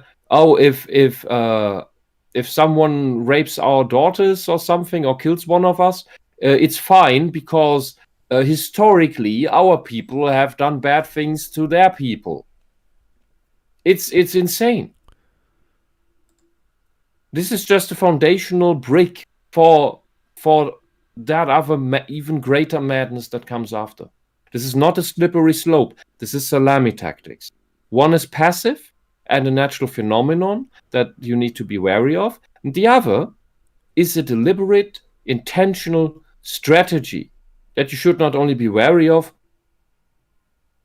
but stand in the way of and defend yourself against, because it's gonna tear apart everything. It's gonna tear down your city walls. And I can talk for half an hour about what city walls are and where the word peace comes from initially, but that's a bit long. That's a longer tangent. Okay. And I've had quite a lot of room right now. Based on moral absolutes or body types. Instead, we'll all be driven to investigate, explore, and learn. Our players will invest themselves more in our games. And because see what he's doing here, he's like, oh, you could have more dialogue with the orc who's friendly. It's like, gee, what game are you playing now? D&D or Mass Effect? Which one is it? What do you want to play? Have you ever played Baldur's Gate? I'm actually playing Donkey Kong right now. You know, have you tried to reason with the Kremlins? I wouldn't mind a game where, you know, you're an explorer and you're exploring this, you know, this new land, and you're meeting people, and, you know, maybe the enemies that you encounter are like hostile wildlife, like animals, not like orcs or anything like that, but like animals that are like living in the forest, things like that. That would be fine, but you can't do that to every single game. You can't make every single game that structure. It would get boring very fast. If every single game was constantly, just explore and you don't encounter any enemies, that would be very boring very fast. There's a game that's like that. It's called The Smurfs. It's really fucking boring. Yeah. No, generally, and this is the same is true for Starcraft, for example. You're thrown into a conflict. You don't really know why it's there, but we now have to deal with these Senu species, and then we learn more about them, and that there's more to them. But for right now, we are in a fucking conflict with them because they're destroying our worlds. We do not know why. Like the Protoss are purging the Terran worlds. The Terrans don't know why. They think that the Protoss are attacking them. When in reality, the Protoss are extinguishing Zerg infestations that the Terrans don't even know are even there yet. And the Terrans are relevant to the Protoss. So they come into conflict. Later, the Terrans come into conflict with the Zerg where they manage to fester. And due to the wacky story of the whole thing, get to understand that there is even an intelligence behind this weird species. If Zerg or Tyrants come to your planet, will you just let them because they want to come here? We should be open to them. They have a right to live here. Dude, they're an invasive species. You can call them imperialist if you want. It's not that much different. It's the point of these people is it's always okay when the others are doing it. When the Xenos are doing it, it's okay. When we do it, it's wrong. When we defend ourselves against what the Xenos are doing, that's wrong. That's what it always boils down to. This is an infantile logic, and it's an evil game. That reminds me of, and Smud can elaborate on this. I'm just generalizing it. In Mass Effect, to use another Mass Effect example, when the humans go through the relay to this new world, they start colonizing there. They get attacked by the Turians, and they get into like this long, drawn-out battle, and the humans are forced to surrender. The Turians are, they're kind of seen as the good guys, and we're kind of seen as the bad guys. The aggressive, hostile species. I mean, I'm kind of generalizing there a little bit, but I'm sure Smud can elaborate on that a bit. Well, you're talking about the First Contact War, where humans opened up a dormant relay that the network or the Citadel weren't aware of, and because the Turians are the militaristic, organized people they're the ones who said, "Hey, wait, you're not allowed to do that," and the humans are like, "No, we're going to keep going." And so it was kind of like you opened a door you weren't supposed to open yet, for whatever reason. So the protocol for that wasn't perfect. So First Contact has to be it has to be changed every time you come in contact with a new race. So that was the problem, and then they realized, okay, yeah, these guys are not going to they're not going to stop, so we have to deal with them. That's good conflict. That's good backstory, and that's kind of one of the stories we wanted to see in the next Mass Effect game because it's logical, it makes sense. You can go back to lower tech. You can do all kinds of cool things with aliens, and you can show the story from both sides. You can do all kinds of good stuff. Yeah, you could do the whole Starcraft thing too, where you play as one and then you play as the other. That would be great. Make it an RTS. I don't care. Just tell us the story. I want to know what's going on. But we got Andromeda instead, which was also a First Contact scenario, which didn't quite work out the way we thought. So absolute chaos. Yeah. They're human. Ask the hard questions to push our design into even more enriching and unexpected places. Plus, maybe if we ditch this whole evil races line of thinking, if one day orcs or extra-dimensional horrors or even isekai protagonists pop out of a portal, they'll offer us humans the same courtesy. Are you insane? Wow. Yes. Yes, he is. This is exactly what I mean with this infantile naivety. Yeah, everybody is bad, nice. Everybody's a blank slate. Everybody is nice. Even the cosmic horror. Yeah, you can't, guys. You can never read another Lovecraft ever. You just can't. Okay, can't have horror. And all of a sudden, you're a Nazi. It's well, yeah, because they hate Lovecraft because he was a racist or whatever. Whatever the like, I don't care what these artists are. I care what they did, what their work was, what was in it. And if you want to ever read horror from fantasy elements, you start with Lovecraft. He's the guy who sort of brought it out. He originated it, in fact. And this guy's saying, no, you can't do Eldritch Terror. No, Eldritch guy's got to be good. It's got to be your friend.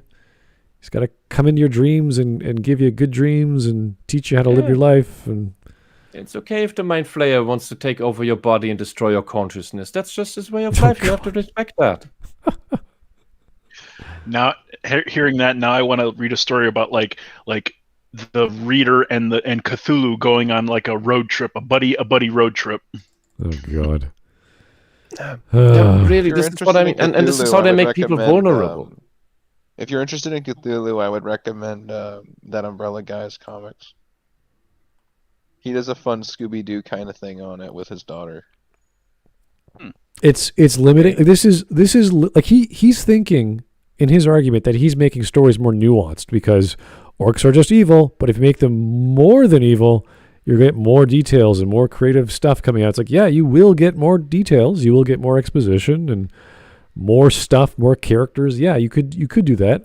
But there's no need to change the standard to do that. Yeah, or you could just do your own thing and write your own story about some green-skinned whatever and leave the orcs alone. Yeah, and also this guy doesn't understand cosmic horrors as well, because two cosmic horrors from the Lovecraftian universe, we are insignificant, relatively speaking. We are amoeba.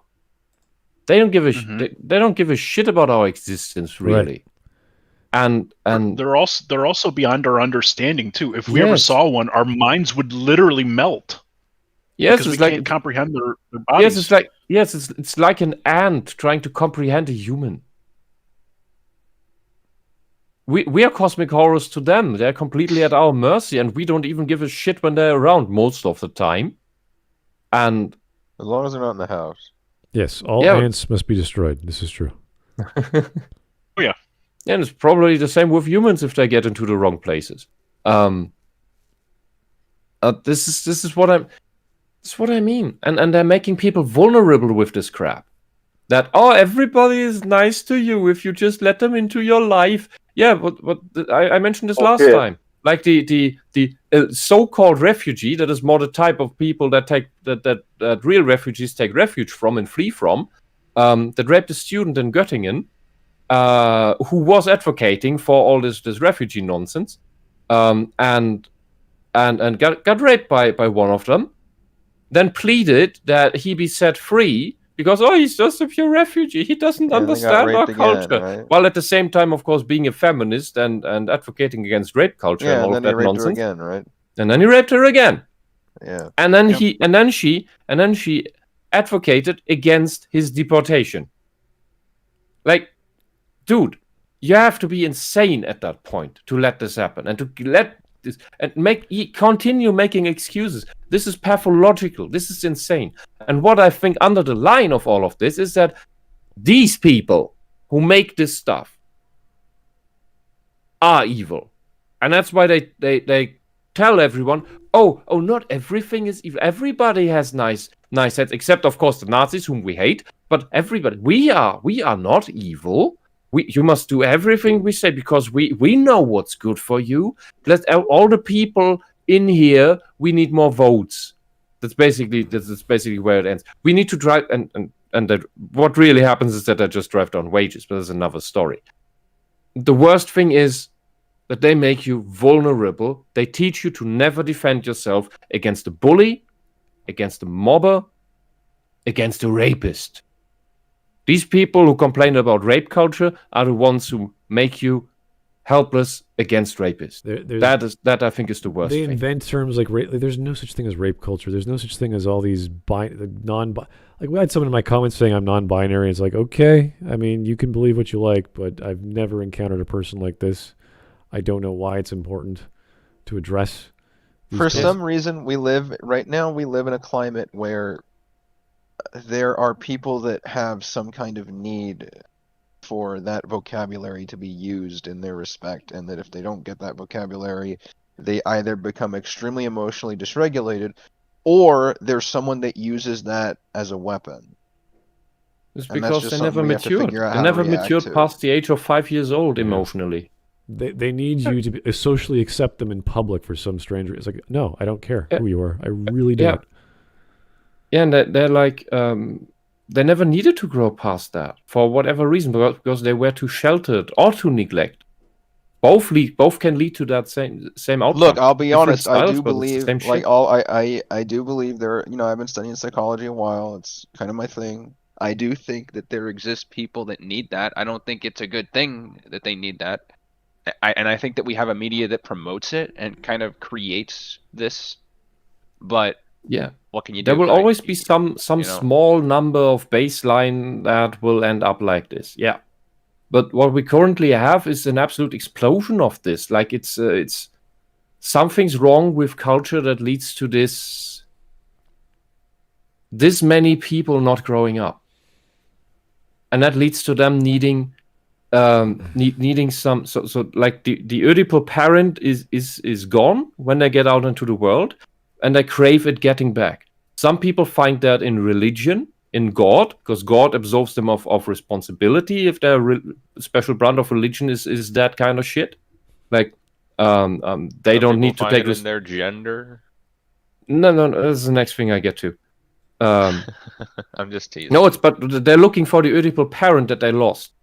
And that is either, so their religion can tell them, oh, if you pray hard enough, the Holy Ghost will do it for you. So you don't need to do anything. No responsibility. Or you fucked up, you did some shit.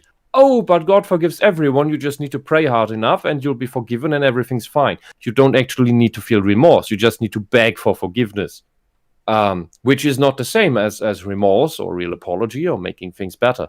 The other variant that I see as the alternative to that is the Oedipal parent in the form of the state, the overarching state that controls every aspect of your life and makes every decision for you.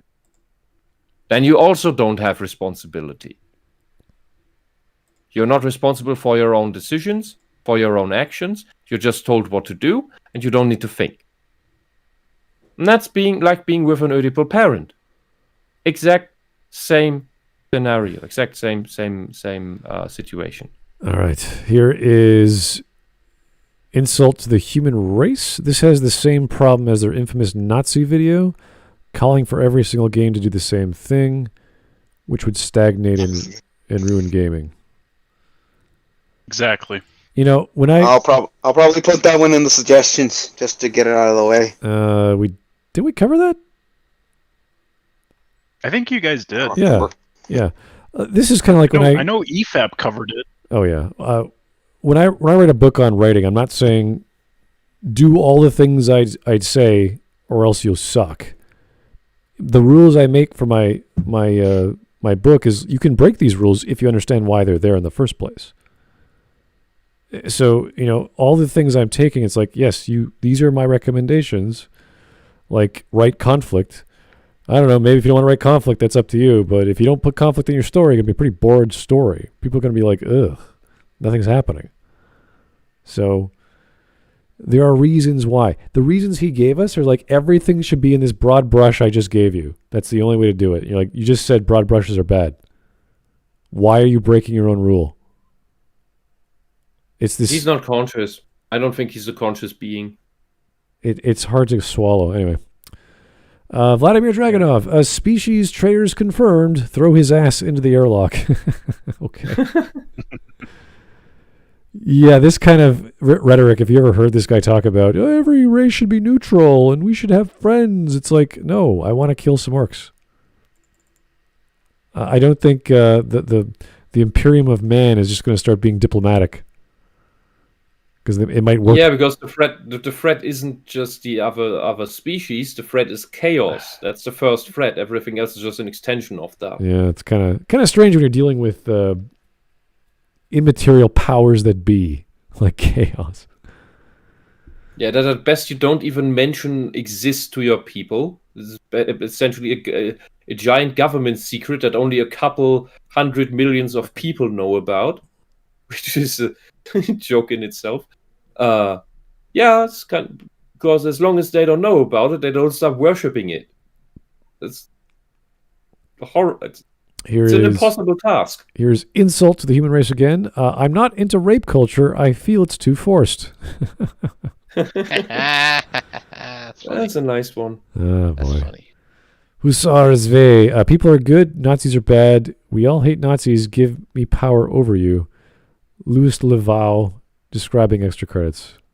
Yeah, Louis is right about that. It's just very good on point. And that's essentially communism. That's what communists think. At the core. Every argument you have with them is kind of some version of that. It's when they say the private is political. That's that. That means give me power over your private life. Yeah. Pretty sick. Anyway, the Spawn Camp. Man, say what you want about the original EC host's voice. At least it wasn't monotone and disinterested like the new EC guy. This guy gets enthusiastic in very specific words, I find, not what he's talking about. Something with a lot of syllables. This guy isn't talking about game design at all. No, he's talking about stories which are surrounded by the game, but it's just not even. It's just propaganda. It's just political propaganda. And he's saying, make your games into political propaganda of my liking. That's the videos he makes. Pretty much, yeah. Okay, non-vitae rex. Truly remorseful people don't repent and ask for forgiveness? I don't understand.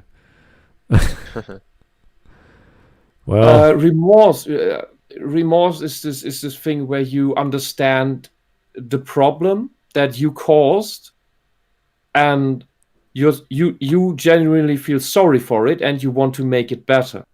Like, you have a genuine interest in not repeating it. You really learn from the mistake. It's not just words. It's genuine. And the other person accepts this. That is when real forgiveness happens. When you beg for mercy, that is asking to be forgiven and act as if nothing bad happened. It's like you have a second chance, but you didn't need to prove yourself yet. Your proving yourself is don't mess up in the future. And mercy is something you should only give once. Because if you give it a second time to the same idiot, to the same asshole, man or woman, that then betrays you again, backstabs you, or kills the second child of yours, or whatever historical thing or modern day thing you want to insert there. And then give us third chance, and the fourth, because that person is begging for mercy, and you keep giving it, then you're an idiot. That's the difference between mercy and this real remorse forgiveness thing.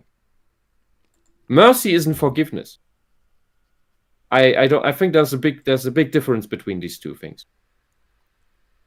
You can, when there's remorse, you can accept that as a genuine apology. An apology is not made by the words "I'm sorry." An apology is made by the genuine intent and feelings to have understood the problem and the damage and the intent and wish to make that better, to make up for that, and not repeat it in the future. That's a very different thing. And so you can give mercy once. Children are a special case. We don't that doesn't count. But they too need to learn the difference at some point.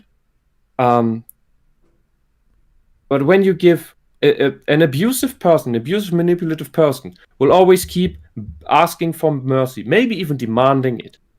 And if you're dumb enough to have fallen for that spell, you will keep giving it. And that's how the manipulative asshole abuses you until you are just a dried up husk. If you have a remorseful person, if you're dealing with that, then things won't stay bad. They will continuously improve and get better. And that's the good people. People who mess up and then make up for it. All right. Bad people just want mercy. And now I'm starting to repeat myself, sorry. Here is Vladimir Dragunov. I dare say the Imperium has every right to be untrustworthy of Xenos and everything else they're fighting, yes. Mm-hmm. Including themselves at times. There are not that many nice species in that galaxy. Or beings at all. Yeah, they're all pretty much out to get each other, so... Whew. All right. That was, I mean, we can keep going, but I don't think he's going to say anything else. Yeah. Oh, look. It's NordVPN. Oh, it's NordVPN. It's NordVPN. Wow. A minute-long advertisement on NordVPN. They look all horrible. I wouldn't trust a single one of these people. Think? They all look untrustworthy in their own way.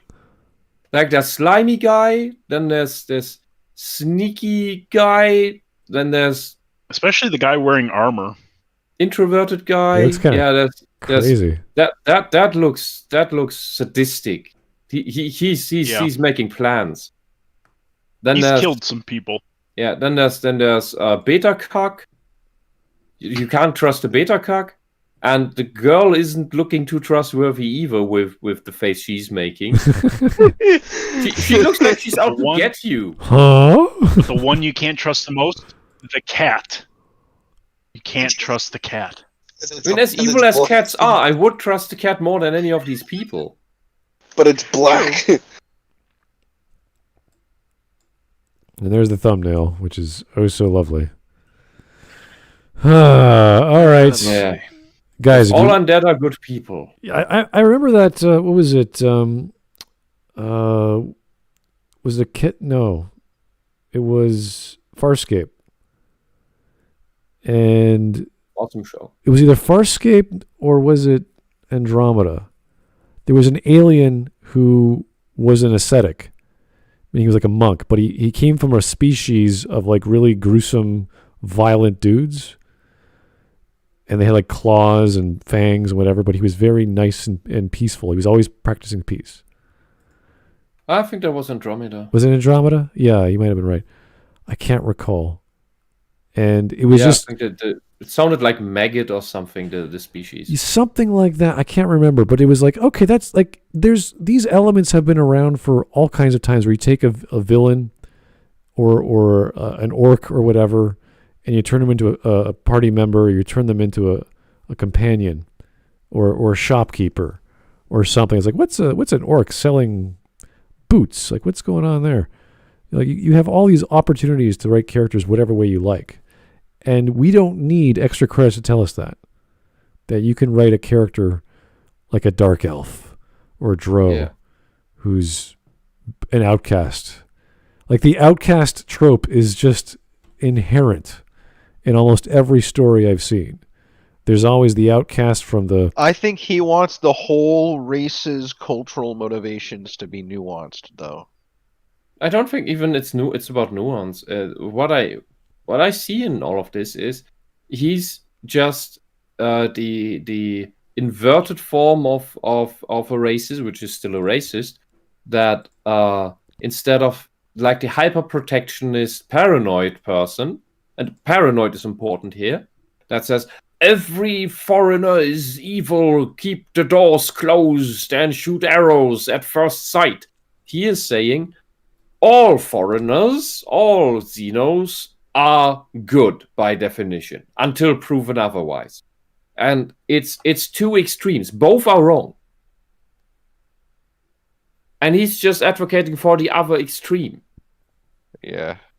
And because one is going to culturally starve you and make you unable to ever open your gates again and venture out and go hunting or get some berries or whatever.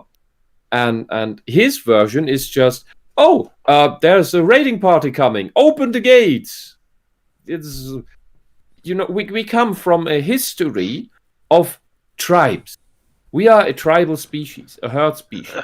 And we build fences and walls around our villages, settlements, and cities, and whatever else, because we wanted to keep the marauding other tribe out of our settlement, to be able to better defend it.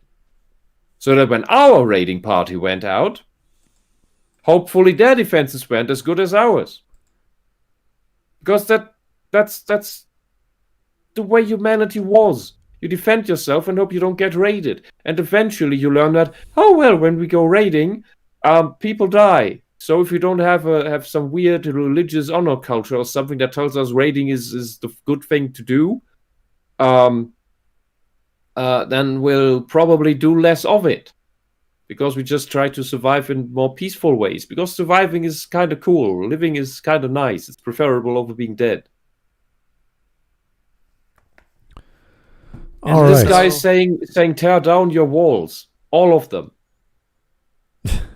Yeah, your tribe's not going to survive that way. Here's your crazy blame Mendez. Yeah, I know.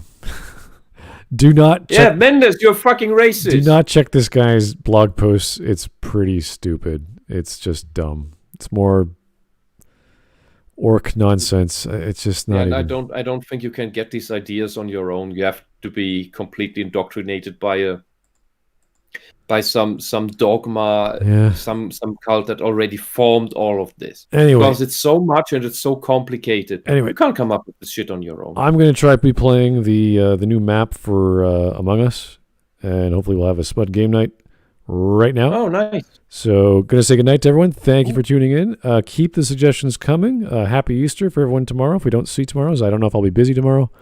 But if not, we'll definitely have another Spudcast on Monday. So, take it easy. Thanks for the suggestions. This was really, really new compared to all the other options we had. But, hey, you voted. We chose it. That's what we're doing. That was fun. I had a good time, and the devil got me buzzed. Oh, my God. Oh, dear. Hope it was good tequila. Well.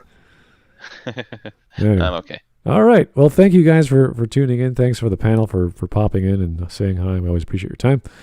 And we'll see you soon. Take it easy. Bye-bye.